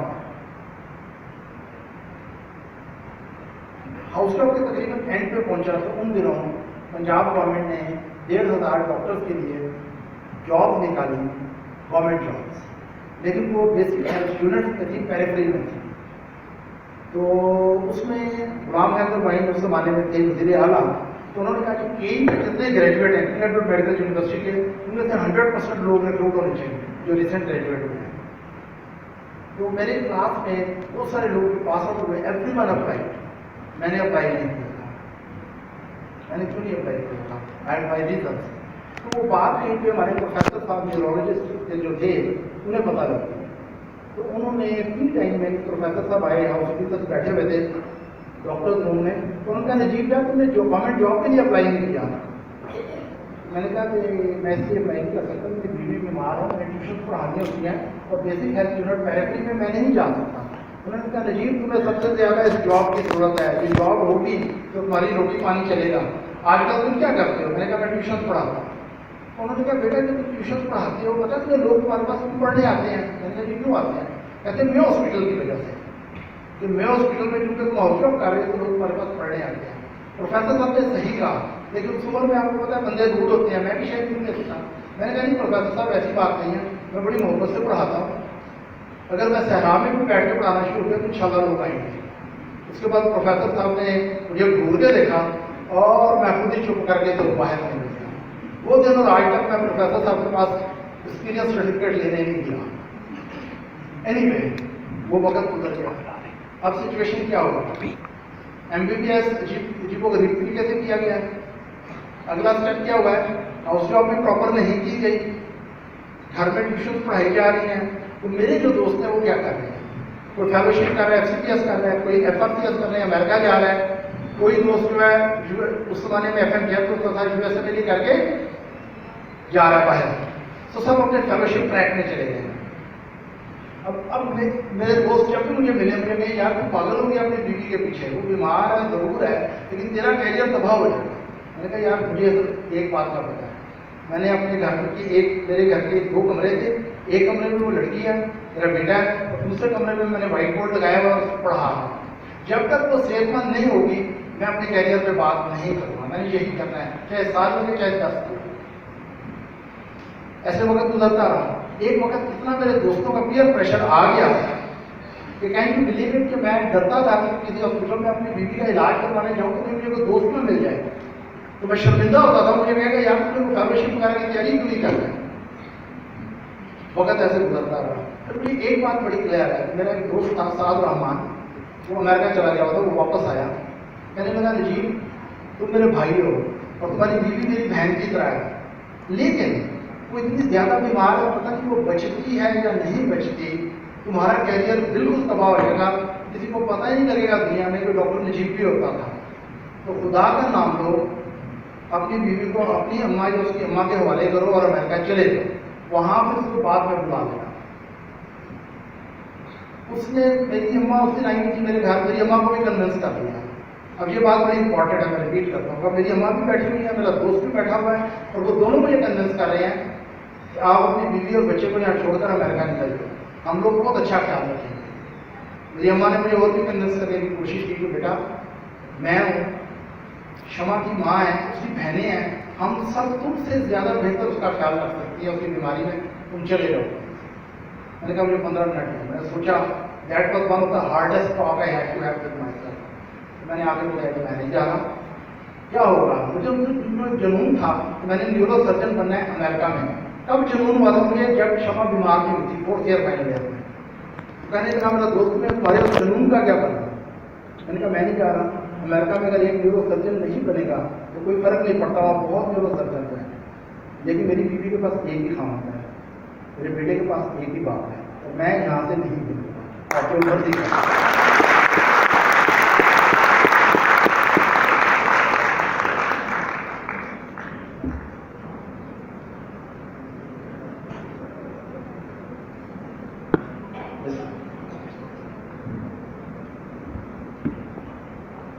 کہہ رہے تھے آپ بریک کر دیں، میں نے کہا کہ محبت سے لوگ میری باتیں سن رہے ہیں، اور پھر محبت سے میں بتا رہا ہوں کہ محبتوں میں بریکیں ضروری نہیں ہوتی، بس پانی کی بریک کافی ہے۔ اس کے بعد لوگوں نے مجھے سمجھانا بند کر دیا۔ میری ماں نے، مائیں ایسی ہوتی ہیں جب ان کو بچے، جب میری ماں کو محسوس ہوا کہ میرا کیریئر دباؤ جائے گا، کیونکہ ان کو بڑا مان ہو چکا تھا کہ میں پتہ نہیں کیا لا چیز بن گئی، مائیں ایسی ہوتی ہیں، میں میڈیا چیز سے کر کے تو میرا بچہ ضائع ہو رہا ہے۔ پھر اس طرح کی خواہش پھیلنی شروع ہو گئی کہ وہ جو لڑکی بیمار ہوئی ہے اس نے مجھ پہ کچھ حق کر دی ہیں، اور اب مجھے اس کے علاوہ دنیا میں کچھ نظر نہیں آتا، میں پاگل ہو چکا ہوں۔ تو بہرحال وقت گزرتا رہا، اور ایک وقت ایسا بھی آیا کہ میں اسے اسپیشلسٹ کے پاس لے کر گیا، تو مجھے وہ شام بھی ایسی یاد ہے، موٹر سائیکل پہ میں اسے واپس لا رہا تھا، میرے پیچھے بیٹھی ہوئی تھی، تو کہنے لگی کہ کیا میں مر جاؤں گی؟ میں نے کہا نہیں، تم نہیں مرو گی، آپ مر جو۔ کہنے لگی نہیں، مجھے لگتا ہے میں مر جاؤں گی۔ میں نے کہا تمہیں کیسے لگتا ہے؟ کہتی آپ کے جو آنسو ہے وہ بار بار موٹر سائیکل سے یہاں سے پیچھے میرے اوپر آ رہے ہیں، اور آپ کے آنسو اتنا نہیں دیکھتے۔ چنانچہ اس کو مجھے پتا لگا کہ میں نے رونا بھی نہیں، اس کو موجود کی۔ یعنی میرے وقت گزرتا ہے، محبتیں بڑی عجیب چیزیں ہوتی ہیں۔ علاج کراتے کراتے جن وہ بیمار ہوتی چلی گئی، ویسے ویسے میرے اندر ڈینائل آتا گیا۔ ڈینائل کا مطلب یہ ہے مجھے لگنا شروع ہو گیا کہ وہ کبھی بھی نہیں مرے گی۔ جیسے جیسے وہ زیادہ بیمار ہوتی گئی اتنا مجھ میں ڈینائل آنا شروع ہو گیا۔ تو ایک دن مجھے کہنے لگی کہ نجیب مجھے نہیں لگتا میں زیادہ بچوں گی، میں بہت بیمار ہوں، اسے کروٹ نہیں دی جاتی، وہ بس میری چند باتیں سمجھو۔ میں نے بتاؤ؟ اس نے کہا کہ ایسا ہے کہ اگر میری ڈیتھ ہو جاتی ہے تو پہلی تو بات ہے کہ بیٹے آپ نے بیٹا، ہاں ایک بیٹی بھی ہوئی تھی، بیٹا اور بیٹی کو اپنے خود پالو، نہ ان کو اپنی اماں کو دینا ہے نہ میری اماں کو دینا ہے۔ میں آپ کے علاوہ دنیا میں کسی پہ ٹرسٹ نہیں کرتی، میں اپنی ماں پہ کو اتنا ٹرسٹ نہیں کرتی جتنا آپ پہ کرتی۔ مجھے پتا ہے آپ کی عمر بہت چھوٹی ہے، اسٹیپ مدر آئی ہوگی، لیکن اسٹیپ مدر کے باوجود مجھے آپ کے ٹرسٹ سے آتا ہے۔ میں کہوں میں مرنا ہی نہیں، تو بیمار ہی نہیں، تو ڈینائل تھا۔ پھر ڈیتھ سے 2 دن پہلے اس نے مجھے کہا کہ نجیب میں بہت ڈپریس ہوں، مجھے صرف ایک بات کا افسوس ہے۔ اس کو نہیں مجھے پتا تھا اس کی ڈیتھ ہو جانی ہے، لیکن شکوہ ضرور رکھتا ہے کہ میری وجہ سے تمہارا کیریئر متاثر ہو گیا۔ 3-4 سال ہو گئے ہیں ہمارے MBBS کو تم نے کچھ بھی اچیو نہیں کیا، سب لوگ سمجھتے ہیں میری وجہ سے ہے، لیکن نجیب جو بھی تم نے مجھ سے محبت کی ہے، جو بھی میری خدمت کی ہے، اگر مجھے کچھ ہو گیا، میں اپنے رب کے پاس اگر چلی گئی، میں نے اپنے رب کے پاؤں میں بیٹھ جانا، اور میں نے اپنے رب کی جان تب تک نہیں چھوڑنی، تب تک اس کے ترلے منت کرنے ہیں جب تک کہ میرے ڈاکٹر نجیب کا نام ساری دنیا میں نہ گونجنا شروع ہو۔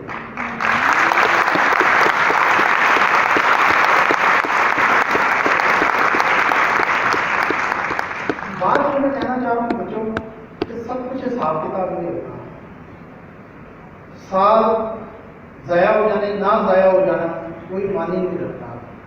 جب पैसे का और कैरियर का सौदा एक तरफ हो और दूसरे पलड़े में मोहब्बतें हों, चाहे माँ हो, चाहे बाप हो, चाहे छोटे बहन भाई हों, चाहे क्या कहते हैं आपका स्पाउस हो या कोई और जिससे आप मोहब्बत करते हैं।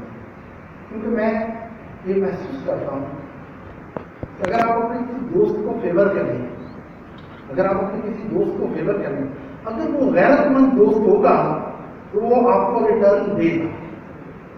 और मैं ये समझता हूँ कि इस कायनात में सबसे ज्यादा गैरत मेरे रब की है और आपके रब की है। अल्लाह से बढ़कर कोई गैरतमंद नहीं है। ऐसा मुमकिन नहीं है कि आप अल्लाह के बंदों से मोहब्बत करें और खिदमत करें और आप आपको रिवॉर्ड ना दें।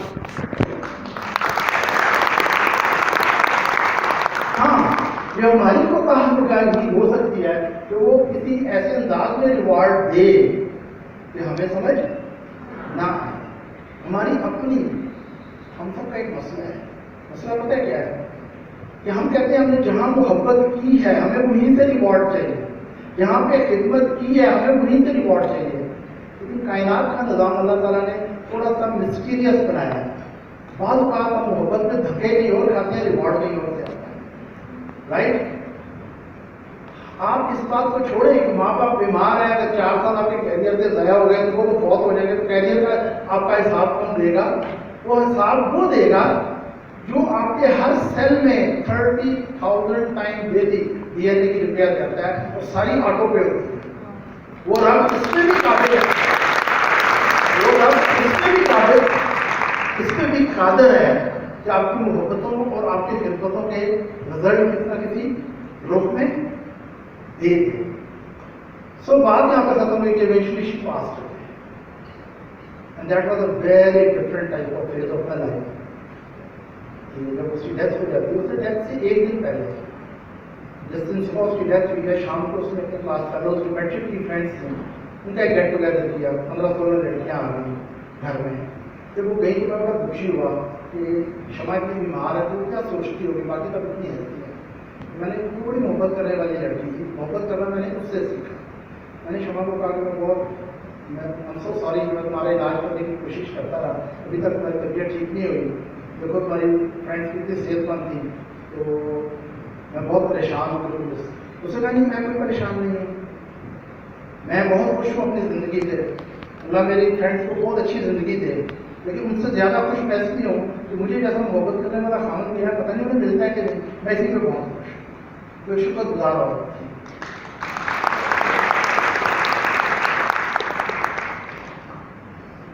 So, she passed away. I was left with a son 4-year-old and daughter 2-year-old. और उसके बाद फिर एक रिकवरी फेज आई जिंदगी की।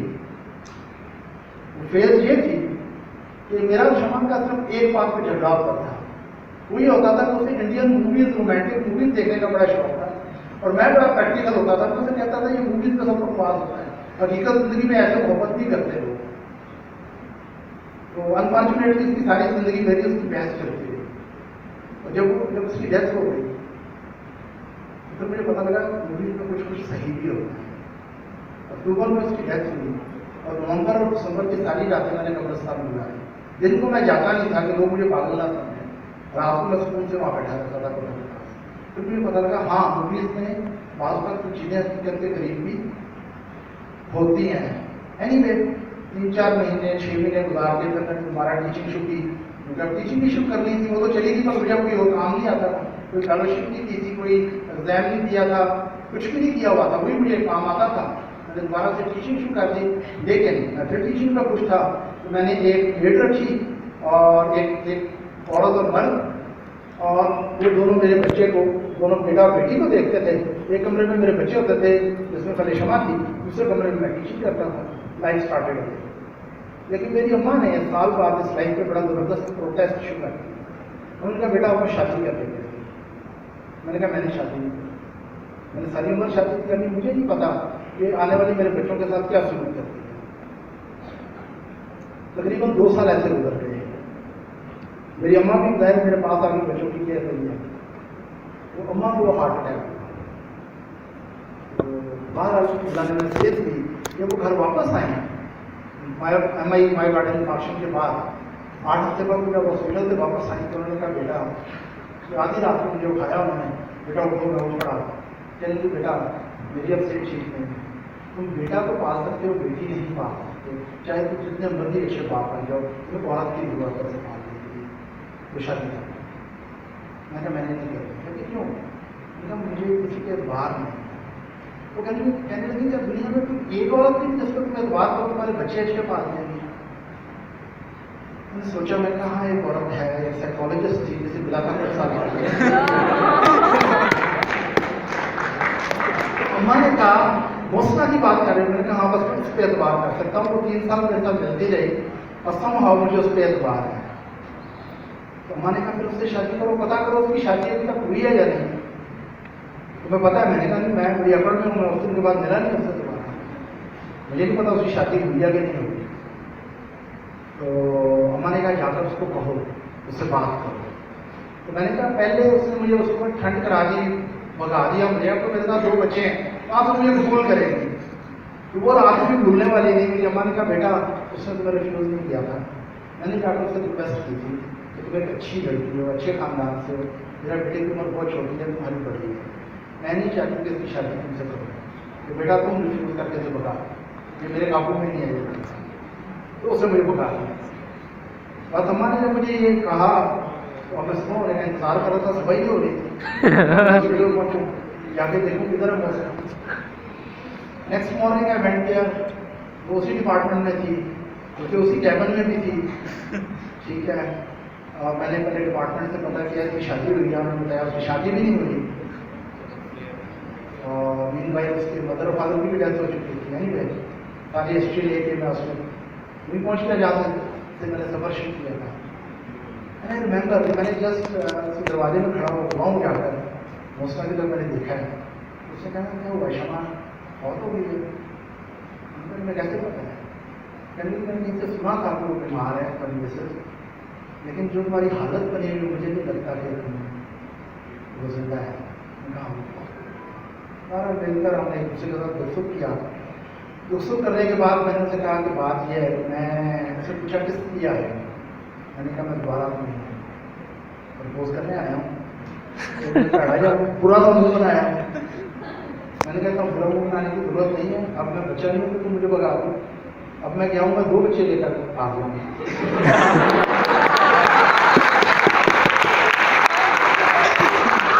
अगर उस बार भगाने की कोशिश की तो हो सकता है मैं 4 बच्चे लेकर उसने कहा आप sure you want to marry me, आप वेरी श्योर? मैंने कहा वेरी श्योर। उसने कहा फिर ऐसा है कि यहाँ से आप चले जाएँ, मेरे भाई का नंबर है, सऊदी अरब में होते बड़े भाई बहुत हो गए, अम्मा को इनसे बात करें और आप मुझे अपना आइंदा विजिट ना करें जब तक हमारी शादी हो। सो फिर अम्मा ने उनके भाई से बात की और आफ्टर अबाउट 3 वीक्स मुस्लिम में आए।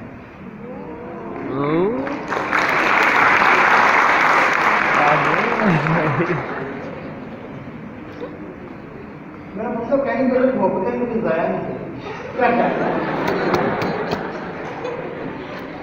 मसला ये है कि जब हम सिर्फ कमाने के पीछे जब देखें, अगर मैं अपनी बीमार बीवी छोड़ के अमेरिका चला जाता क्या मुझे वो दुआएं मिलती? राइट?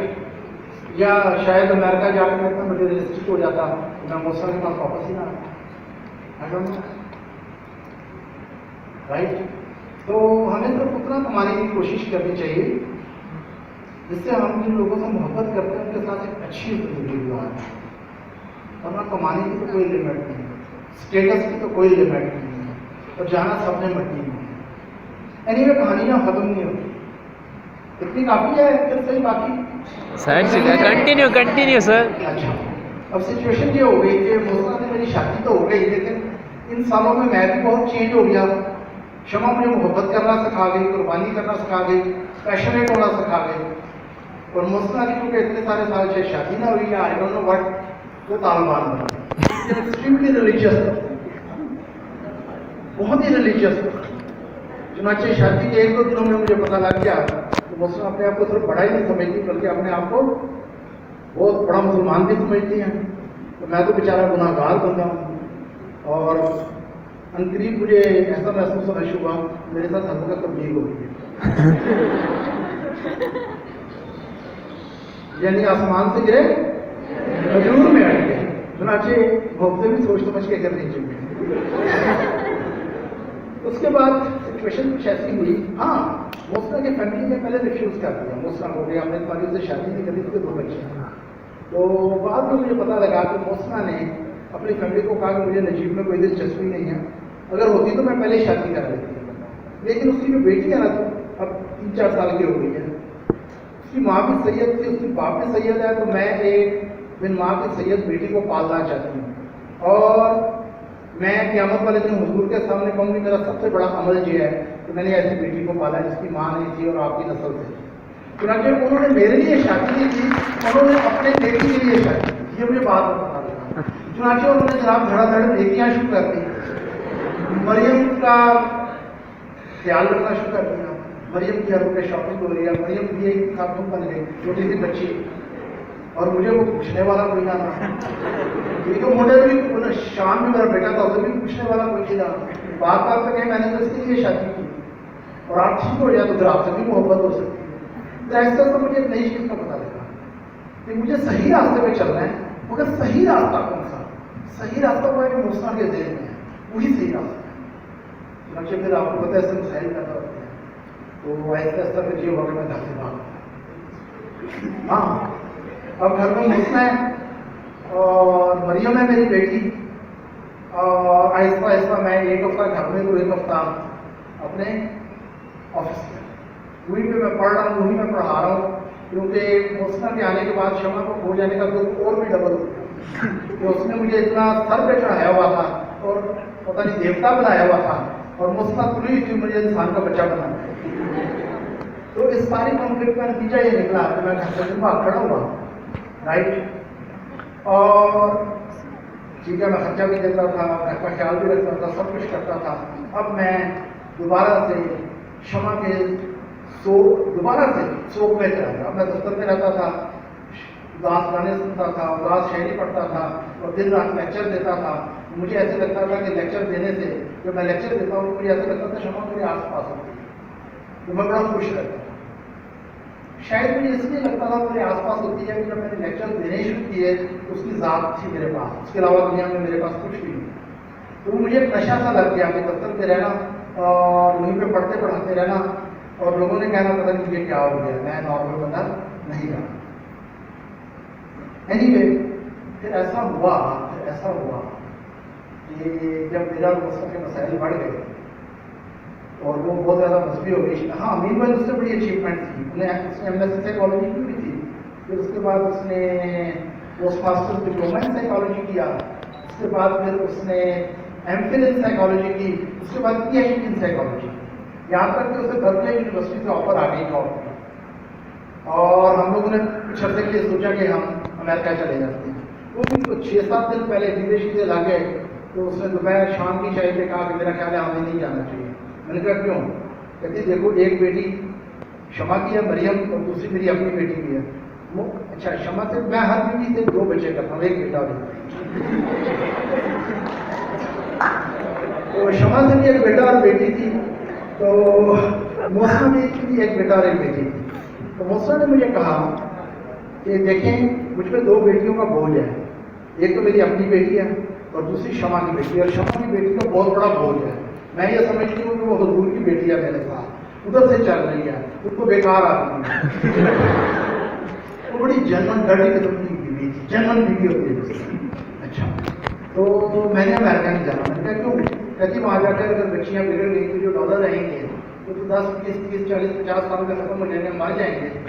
لیکن اگر بچیاں اسپیشلی مریم شمع کی بیٹی کی اگر تربیت میں صحیح نہ کر سکی تو میرا آخرت کا پلان ڈسٹرب ہو جائے گا. چنانچہ she decided not to do it. I still respect her for that. He is classic.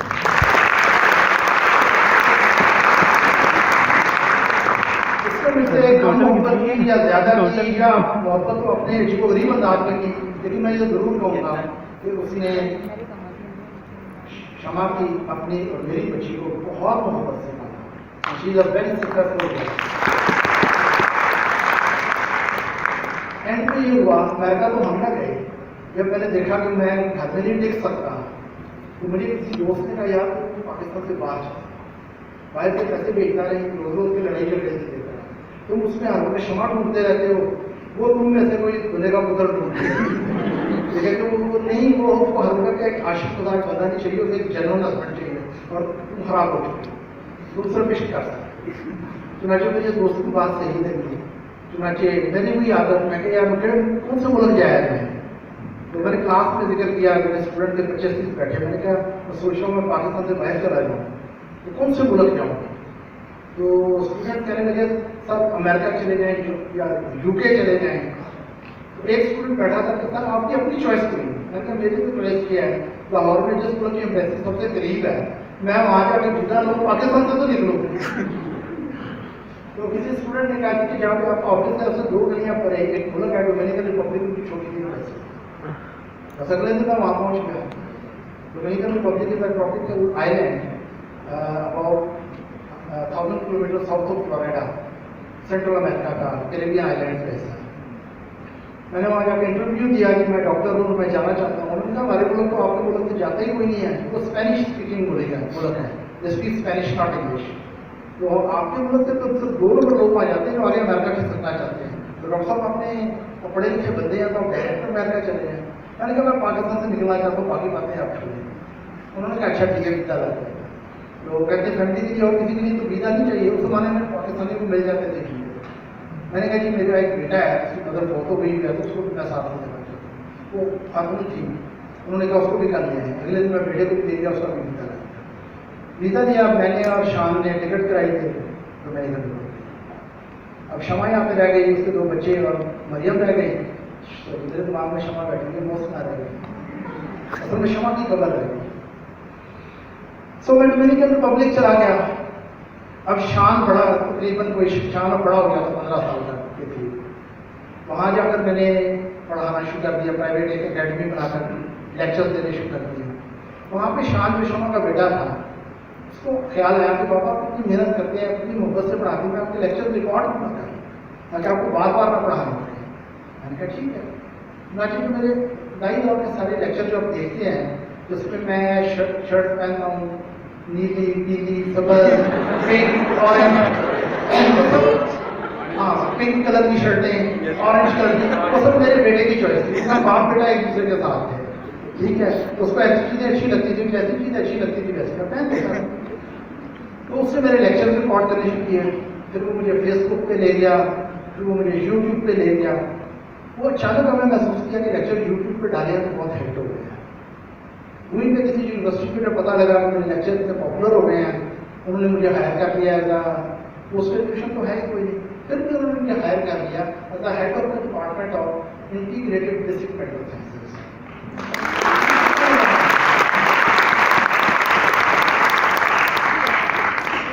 अच्छा, और उनसे बात क्या कर पाई कि जितने मैं लेक्चर उनकी यूनिवर्सिटी में रिकॉर्ड करूँगा वो उनके कॉपीराइट मेरे पास हैं और they will pay me a huge amount. वो काफ़ी अमीर यूनिवर्सिटी थी, पैसे वाले।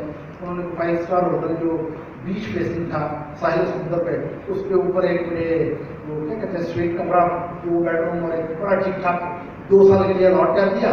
कितने डॉक्टर जी फुटपाथा थे तो कितने आज़ादी मिलती है।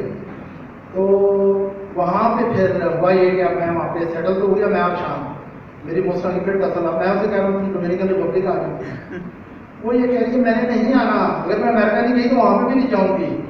मैंने कहा मेरे बिगड़ने के चांस है, मैं बिगड़ सकता हूँ, तो बेहतर है तुम आ जाओ। उसने कहा देखो बात सुनो, हाँ बाकी यार मर्द है, बाकी ऐसे ही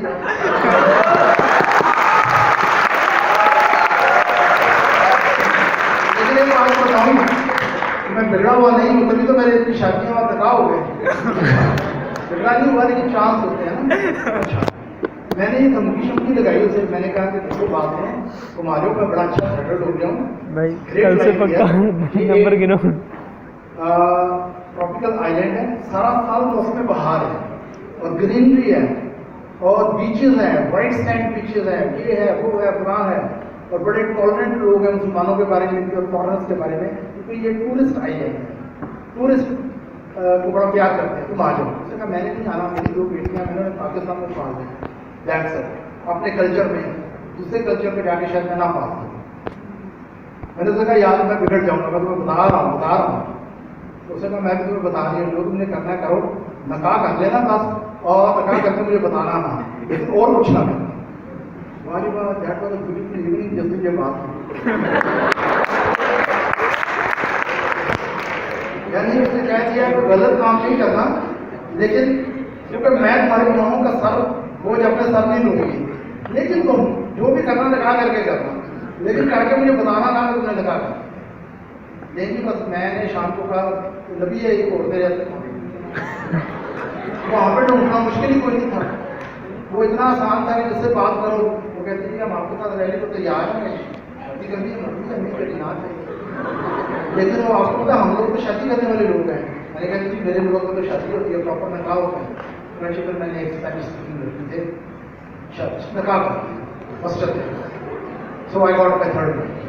اس لیے میں کہتا ہوں پہلی شادی کا پہلا سال کبھی ضائع نہیں کرنا چاہیے, پڑھائی وغیرہ بات ہوتی رہتی ہے. ہم سو ہیپی کہ شمع میں نے زندگی کا بہترین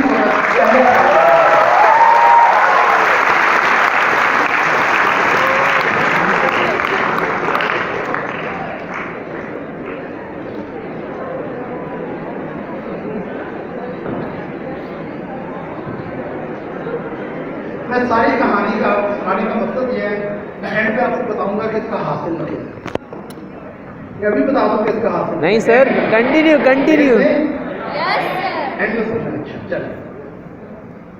so now I had a wife, foreigner wife, very good girl, اور جیسا کہ اللہ تعالیٰ مجھ پہ مہربان ہوا اس سے پھر مجھے ایک بیٹا اور ایک بیٹی سے نوازا. رائٹ, اب شمع کا ایک بیٹا اور ایک بیٹی ہے, بوسنا کا بھی ایک بیٹا اور بیٹی ہے, اور پھر جوہانا سنتانا سے بھی ایک بیٹا اور ایک بیٹی ہے. ٹھیک ہے, جوہانا سنتانا کا نام میں نے پیار سے عائشہ رکھ دیا, اسے اسلام قبول کر دیا. اللہ کے میں نے اسے بتایا کہ ضروری نہیں آپ اسلام قبول کریں, ہمیں اہل کتاب سے شادی کرنے کی اجازت ہے. پتہ نہیں اس نے خود ہی یہ فیصلہ کیا, میں نہیں چاہتی میرے بچے کنفیوز ہوں کرسچینٹی اور اسلام میں, اس نے خود ہی اسلام قبول کر دیا. اینی وے, اب ہوا یہ کہ ادھر شان جو ہے وہ بچہ ہے جو اتنا سا تھا, جس کو میں نے اپنی انگلی کے ساتھ لگا کر پالا, شمع کا بچہ, اس نے اپنا کام جاری رکھا یوٹیوب پہ, فیس بک پہ اور ویب سائٹ پہ. تو 2-3 مہینے میں وہ اس مقام پہ لے آیا کہ I became very hit, my lecture became so famous کہ even American universities made contract with me, یونیورسٹیوں میں میرے لیکچر دکھائے گئے. انگلینڈ سے یونیورسٹیز نے میرے ساتھ کانٹیکٹ کیے, میری ویڈیو جو ہے ان یونیورسٹیز میں.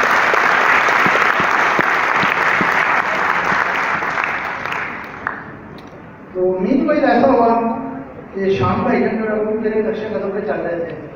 پہلے انہوں نے ایک اسپینش لڑکی سے شادی کر دی, بس جسٹ میں 18 years old when he got married first time, اور 21 کا تھا جب اس نے ایک انگلش لڑکی سے شادی کیا. اب اس کے پاس 2 فارنر وائف ہے, میرے بیٹے کے پاس, میرے پاس 1 فارنر وائف ہے, یعنی میری 2 بہویں بھی ہوگی نا. ہم نے ایک مینی سی فیملی وہاں پہ ڈومینیکن ریپبلک بنا رہی ہے. لیکن جو ہی میں گلوبلی ہٹ ہوا, 4 پیسے ایزی آنے شروع ہوئے, تو میں نے کہا کہ میں نے اب پاکستان واپس کرنا. تو بوسنا نے آنا کوئی نہیں کہا ہے گو بیک. تو شام نے کہا بابا یہ خوبصورت زندگی کیسے چھوڑ کے گئے؟ میں نے کہا یار میڈیکل ریزن ہے, ایک تو مسنا ہے وہاں پہ, میں اس کے احسانات میں دباؤ, دوسرا مسنا والے 2 بچیاں وہاں پہ, تیسرا تمہاری ماں کی قبر ہے وہاں پہ, اور پھر سب سے بڑی بات کہ وہاں پہ ایسے لوگ ہیں میرے وطن میں جو میری طرح بولتے ہیں, میری طرح سوچتے ہیں, ان کی شکلیں میرے جیسی. تو یہاں پہ تو کسی کی شکل میرے جیسی نہیں, میری طرح کوئی بولتا نہیں, تو میں کمفرٹیبل نہیں ہوں. تو میرا بیٹا کہنے لگا کہ ٹھیک ہے بابا, جہاں آپ کہیں ہم چلیں گے, آپ کہیں ڈیزرٹ میں ہم وہاں پہ بھی چلیں گے. ڈائننگ ٹیبل پہ بیٹھے, بات ہوئی بیٹے سے. میں نے کہا بیٹا اتنا بابا شیر نہ بن, بیڈ روم میں جاؤ اور اپنی بیویوں سے پہلے پوچھو گے وہ بھی پاکستان جانے کو تیار ہے یا نہیں. نہیں تو بیٹا بڑے ہوئے میں نے شمع کا فرض ادا کر دیا ہے, اب تمہاری 2 بیویاں ہیں, میں نے پال دیا ہے. You want you can stay over Dominican Republic, but I have to go back to my country. چلو بابا یہ تو ناممکن ہے, آپ ڈیزرٹ میں بھی جائیں گے میں آپ کے ساتھ چلوں گا, یہ ممکن ہی نہیں کہ میں آپ سے الگ لوں. میں نے کہا جاؤ اپنی بیٹوں سے پوچھو. اس نے کہا بابا میری بیویوں کو اتنا پتہ ہے کہ میں آپ سے اتنی محبت کرتا ہوں, مجھے کمرے میں جا کر پوچھنے کی ضرورت نہیں ہے. اس نے میڈ کو کہا میری دونوں بیویوں کو بلائیں, ایک ہی گھر میں تھی, فارنرز نے بھی ایڈجسٹمنٹ کیا. وہ دونوں آگے بیٹھ گئی, تو میرے بیٹے نے ایک تو اسپینش میں بات کری, ایک سے انگلش میں بات اس نے کی کہ بابا wants to go back to Pakistan, so what should we do. میں نے سامنے انہوں نے کہا یس لیٹس گو پاکستان. شان میں نے کہا اپنی فیملیوں سے پوچھ لو. اس کے بعد میری بہنوں نے اپنی اپنی فیملی کو بتایا کہ ہم سب پاکستان جا رہے ہیں. اس کے بعد ان کی مائیں بہنیں ساروں نے رونا پڑنا شروع کر دیا کہ پاکستان جیسے وائلنٹ ملک میں, ٹیررسٹ کے ملک میں جا رہی ہیں ہماری لڑکیاں. لیکن لڑکیوں کو میں نے کہا سوچ لو, کہتے ہیں اپنے نہیں سوچنا, جس طرح آپ کا بیٹا آپ سے کیا کرتا ہے ویسے ہی ہم آپ سے کیا, اس بات کو آپ چھوڑ.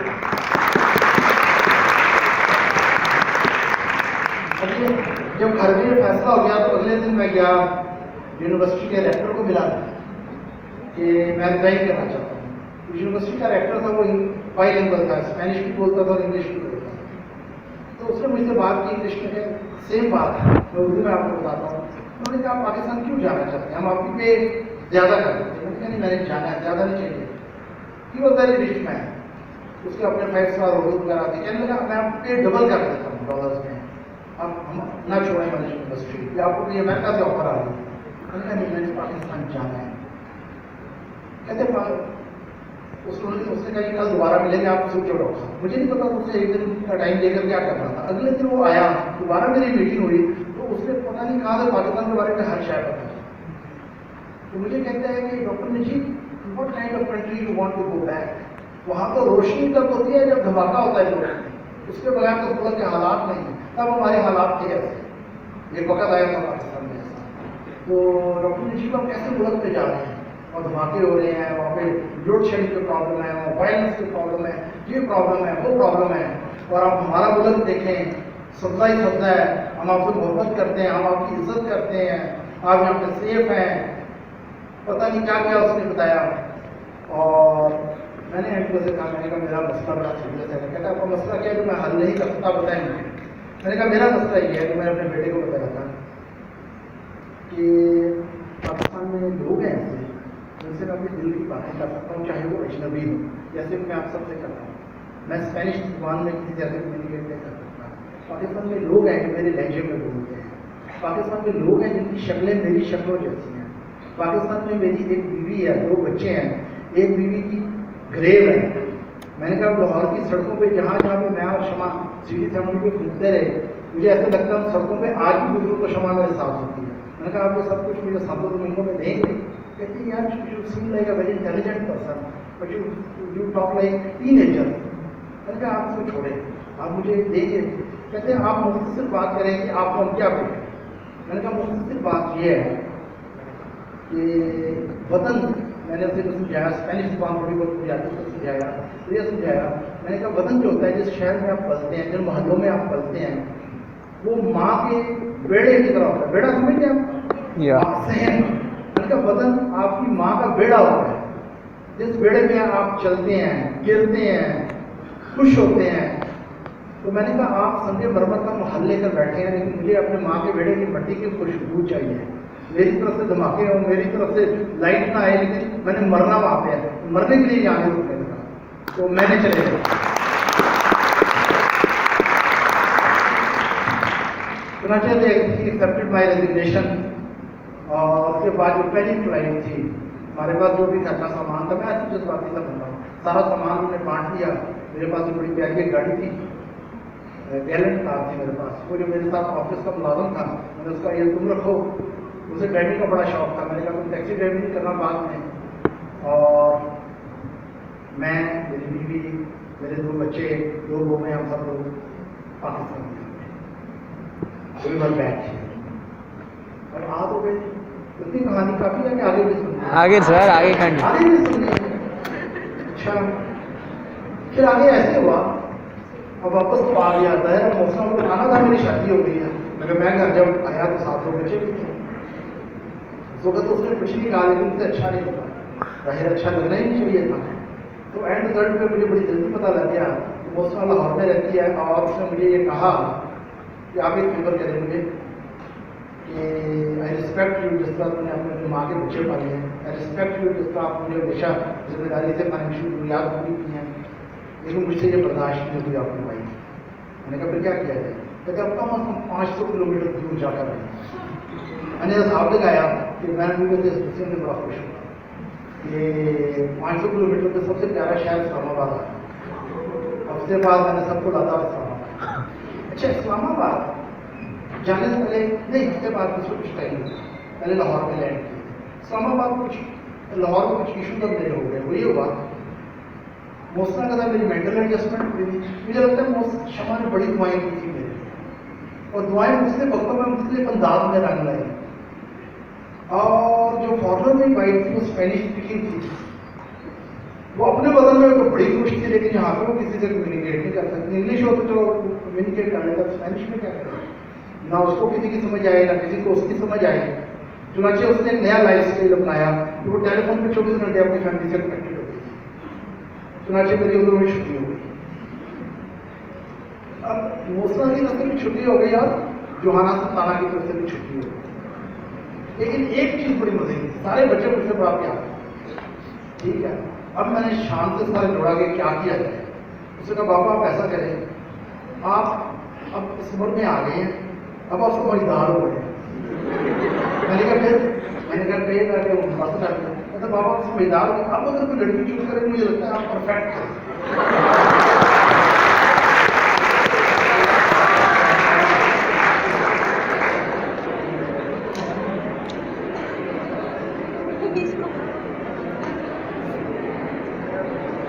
बाहर काफी हो गई। हाँ सर, मैडम पूछे इनसे काफी हो गई। जो चाहते हैं मजीद कहानी जारी रहे वो हाथ खड़ा करना। ओ माय गॉड, जो चाहते हैं बस हो गई, पढ़ाई की बातें करें, पढ़ाई की जो बातें करें दो हाथ है सबके, जस्ट रिमाइंड। एक भी नहीं है, हाँ एक है, क्योंकि आप जाकर मेरे लेक्चर देखिए।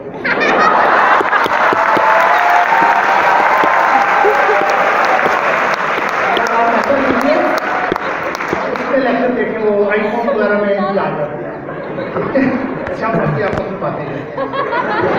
अच्छा, अब वहाँ पे कुछ ऐसा हुआ, इस्लामाबाद में मैं चला गया, राइट। तो मैंने किसी को कहा कि मैं इस्लामाबाद को नहीं जानता, तो किसी की ड्यूटी लगाएंगे तो इस्लामाबाद से आ गए। तो वहाँ पे एक लड़की मुझे मिली, lawyer, lawyer Islamabad high court में, बहुत ही खूबसूरत, बहुत ही प्यारी थी। लेकिन मैंने कोई ऐसी गलत बात नहीं सोची, उनके सही बात लगा कर नहीं सोचा, क्योंकि वो बहुत ही ज़्यादा खूबसूरत थी और मेरी उम्र बहुत ज़्यादा थी, मेरे इतने बच्चे भी थे। तो वही उसकी ड्यूटी लगी मुझे इस्लामाबाद दिखाने की, बहरिया टाउन और सारे एरियाज। चुनाचे मैं देखता रहा, 4-5 दिन घुमाती फिराती रही। एंड पे क्या कहते हैं, वो काफ़ी वेल सेटल्ड लड़की थी। एक तो वो केसेस लड़ती थी आईडी कानून के, 2.5-3 लाख रुपए पर केस फीस लेती थी। दूसरा ये था कि पीछे से जिम्मेदार फैमिली से थी, जो कत्ल भी कर देते हैं बंदे, उन्होंने कत्ल किए भी हुए थे कई दूसरे भाइयों ने। तीसरी बात ये थी कि एजुकेटेड भी बड़ी थी, सुलझी हुई भी बड़ी थी। तो ऐसी लड़की देखे डॉक्टर चीपर के बंदे को बिल्कुल कोई ख्याल नहीं आता। अच्छा, बाहर मुझे दिखाती थी इस्लामाबाद। तो मैं कहने लगी कि आप कैसे, आप खुश आपकी जिंदगी से। मैं शमा को बड़ा बेस्ट करता हूँ। तो कहने लगी वो कैसे हाथ होगा। मैंने कहा जब मुझे शमा जैसी तो लड़की है, लेकिन वो कैसी लड़की है। मैंने कहा ऐसी लड़की जिससे मैं बातें शुरू करूँ तो सारी सारी रात गुजर जाए और हमें अफसोस हो कि रात 48 मिनट देखी क्यों नहीं है। बार बातें करते रहे। उसने फिर एक दिन मुझे मशवरा दिया कि अगर आप दोबारा नकाह करना है तो क्या करेंगे। मैंने कहा मैं ये अपनी बेवा से करूँगा या किसी मुतल्लका से। तो इसलिए कि मैं मेरे अंदर अब घर बसाने की हिम्मत नहीं है, पहले ही 2 घर चला, मैं उसके बच्चे पाल दूंगा, उसे सेट कर दूंगा, बस बातें हो जाए, चाय अच्छी हो जाए, कंपेनियनशिप अच्छी हो, मैं बहुत खुश हूँ। 2-3 दिन बाद मुझे कहने लगी कि आपका जिंदगी में लगती है। क्या क्यों? कहती आपको स्टेज में जो लड़की चाहिए इस तरह नहीं चाहिए, आपको चाहिए बहुत खूबसूरत 24-25 साल की लड़की हो, एजुकेटेड हो, अच्छा कमाती हो, ताकि कोई ये ना कहे कि आपके पैसे के लिए आपसे शादी करना चाहते, और अच्छी फैमिली बैकग्राउंड से हो और सही लड़की है। तो मैंने कहा कि इसमें इतनी खूबियाँ होंगी तो मुझे शादी क्यों करेगी। कहने लगी वो ज़हीन होगी ना, इसलिए आपसे शादी। मुझे ये तो नहीं पता ہم باتیں کرتے کرتے میں نے وہاں پہ 1 ہفتے کا اسٹے رکھا تھا اسلام آباد میں، 3 ہفتے میں پھیل گیا. میں اسے کہوں کہ مجھے شہر دکھاتی چلے جاؤ، وہ ختم ہی نہ ہو. اسے کئی بار میں نے سارا شہر دکھا دیا، میں پھر تو ختم کہیں اور سے دوبارہ دکھا دو. سب ڈیٹیل میں نہیں جاؤں گا. 3 ہفتے بعد میں نے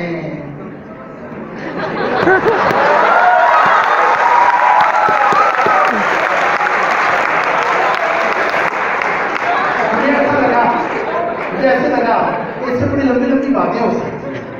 جب ہم باتیں کرتے ہیں اس کو یاد نہیں رہتا، بجائے ہم شہر میں اترنے کے موٹر وے پہ چلے جاتے ہیں 400 کلو میٹر. مجھے بھی یاد نہیں رہتا باتیں کرتے کرتے. تو میں نے کہا کچھ ہمت کرنی چاہیے. تو میں نے اسے کہا کہ یار مرد بڑی فضول چیز ہوتی ہے. کہتے کہ میں نے کہا اتنے فضول و لانتی ہوتے ہیں مرد. بلا وجہ ہی میرے ذہن میں آیا تھا کہ کو بات بتائیے.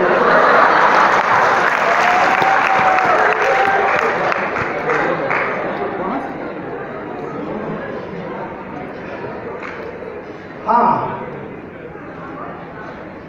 ایک بات اور ہوئی. تو اسی دن میں اس نے مجھے گفٹ دیا تھا، اس میں بلیک شرٹ تھی. اس نے میری بات کا جواب تو نہیں دیا، لیکن اس نے کہا کہ شام کو ہم باہر چلیں گے چائے پینے. میں نے چلے ٹھیک ہے. میں نے وہی بلیک شرٹ پہنی. زندگی میں پہلی بار میں بڑی رنگین شرٹیں پہنتی ہوں، آپ نے میرے ویڈیوز میں دیکھی بھی ہوں. تو بلیک شرٹ پہنی، ساتھ بلیک پینٹ پہنی. آپ خود سے کانشیس تو ہوتی ہیں. تو جب میں اسے شام کو ملا میں نے کہا کچھ سوچا نہیں؟ کہتے کیا سوچا؟ میں نے کہا یہ کہ میں دیکھتا ہوں فضول بتاؤں ایسی باتیں سوچتا ہوں ہمارے بارے میں. کہنے لگی ہاں میں نکاح کرنے پہ غور کر سکتی ہوں، میری ایک شرط ہے. کہتے بلیک تو بہت اچھی ہے. میری شرط ہے ساری پر بلیک پہنی. میں کہا بات ہی اچھا وہ بھی جو آئٹم میں بلیک کپڑوں میں کر رہا ہوں وہ بھی میری بیوی بنی ہوئی ہے.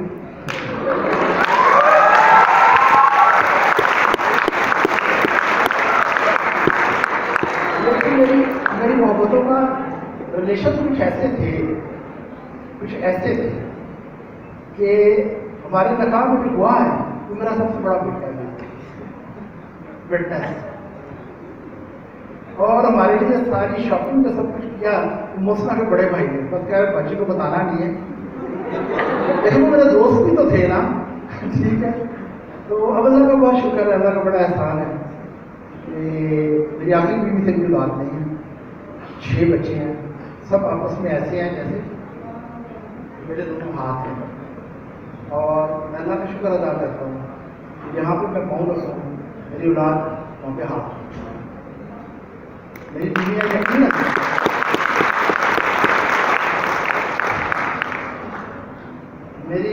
یقیناً اس بات سے بہت خوش نہیں ہیں کہ میری اتنی ساری بیویاں ہیں، لیکن پھر وہ کہتی ہیں کہ اگر آپ خوش ہیں تو پھر ہم آپ کی خوشی میں خوش ہو جائیں.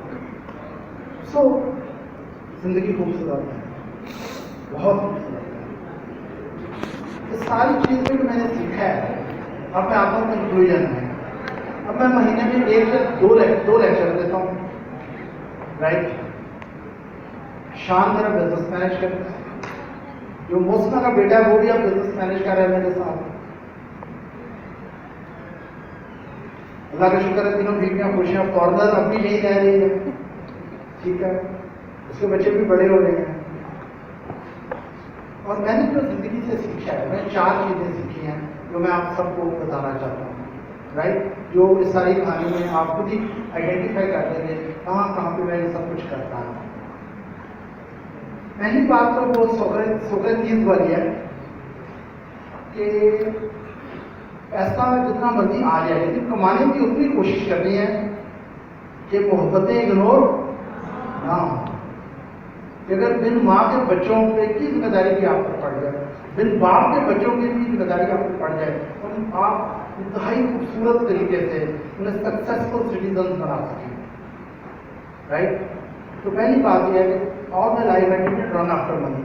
یہ الگ بات ہے جب ساری دنیا سے مجھے ڈالرز آتے ہیں. جو پاکستان کی تو زیادہ تر پرائیویسی ہے میری ویڈیوز کی، لیکن باہر کے ملکوں سے subscribe on my channel and money comes. میں نے کبھی زندگی میں اپنے کیریئر کو یا کمانے کو صرف ایک چیز سمجھا ہے زندگی ڈگریاں دینا، زندگی کا مقصد ڈگریاں دینا نہیں ہے، زندگی کا مقصد پیسہ کمانا نہیں ہے، زندگی کا مقصد صرف ایک ہے، جن سے آپ محبت کرتے ہیں ان کی خدمت ہے، اور خدمت کے لیے آپ کو جو وسائل ہیں، آپ کو ڈگریاں اس لیے چاہیے، آپ پریکٹس اس لیے کریں، آپ پیسہ اس لیے کمائیں کہ آپ اپنی محبتوں کو انجوائے کریں اور جن کا آپ کے حق ہے ان کی خدمت کریں، رائٹ؟ ادروائز صرف پیسے کی کوئی ویلیو نہیں۔ یہاں پہ میں ایک ایگزامپل دوں گا، ایک بڑا سادہ سا تجربہ ہوا تھا سین فرانسسکو میں، کچھ سائیکالوجی کے اسٹوڈنٹس نے کیا تھا۔ تو یہ تھا کہ انہوں نے سینڈ باکس میں جو فلور ہے اس میں سینڈ ریت کی بڑی موٹی تہ تھی، اس میں انہوں نے نیو بورن چوہے جو ہے وہ چھوڑ دیے، اور ان کے سامنے پنیر نہیں ہوتا، پنیر چیز کے چھوٹے چھوٹے ٹکڑے۔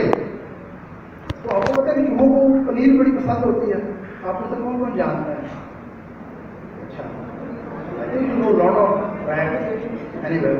سو وہ چوہے جو تھے، وہ جو نیو بورن تھے، بڑا دھیان سے سنیے گا یہ ایگزامپل، انہوں نے وہ چیز کھا لیں گی، لیکن تجربہ انہوں نے یہ کیا کہ ڈیلی وہ جو چیز کے پیسز تھے، پنیر کے ٹکڑے تھے، وہ سینڈ میں تھوڑا سا دبا دیتے تھے۔ اب بیبی چوہا جو ہے انہوں نے سوچا کہ تھوڑی سی کھدائی کی جائے اور پنیر کا پیس نکال دیا جائے۔ جو وہ چوہے بڑے ہوتے جا رہے تھے، انہوں نے پنیر کا جو پیس ہے، چیز جو ہے، جو پرائمری ٹارگیٹ ہے، اس کو ڈیپ کرتے گئے سینڈ میں۔ تو ایک وقت ایسا آیا کہ وہ چوہے سارا دن کھدائی کرتے رہتے تھے، اندر سے چیز نکالتے تھے اور کھا لیتے تھے، اور الٹیمیٹ جو انہوں نے ایکسپیریمنٹ کا اینڈ کیا، دیٹ واز دا الٹیمیٹ، انہوں نے چوہوں کے سامنے پنیر رکھ دیا، اور چوہے کیا کر رہے تھے؟ پنیر کھاتے تھے اور کھدائی کرتے تھے۔ ہم میں سے بہت سارے انسان پیسے کے پیچھے ایسے چوہے بھاگتے ہیں کہ ارلی لائف جو آپ کی عمریں ہیں اس میں ہم سیکھتے ہیں کہ ہمیں پیسہ کمانا ہے، اسٹیٹس بنانا ہے، ہم اس کے لیے کھدائی کرتے ہیں، محنت کرتے ہیں، ہم کیا کرتے ہیں؟ محنت کرتے ہیں۔ لیکن ایک وقت آتا ہے ہم کامیاب ہو جاتے ہیں، پنیر ہمارے سامنے ہوتی ہے، لیکن ہم پھر بھی محنت کرتے جاتے ہیں، ہم بھول جاتے ہیں کہ کھدائی کا مقصد چیز تک پہنچنا تھا، محنت اور اسٹیٹس کا مقصد محبتیں کرنا اور کروانا ہے۔ ایز پر سے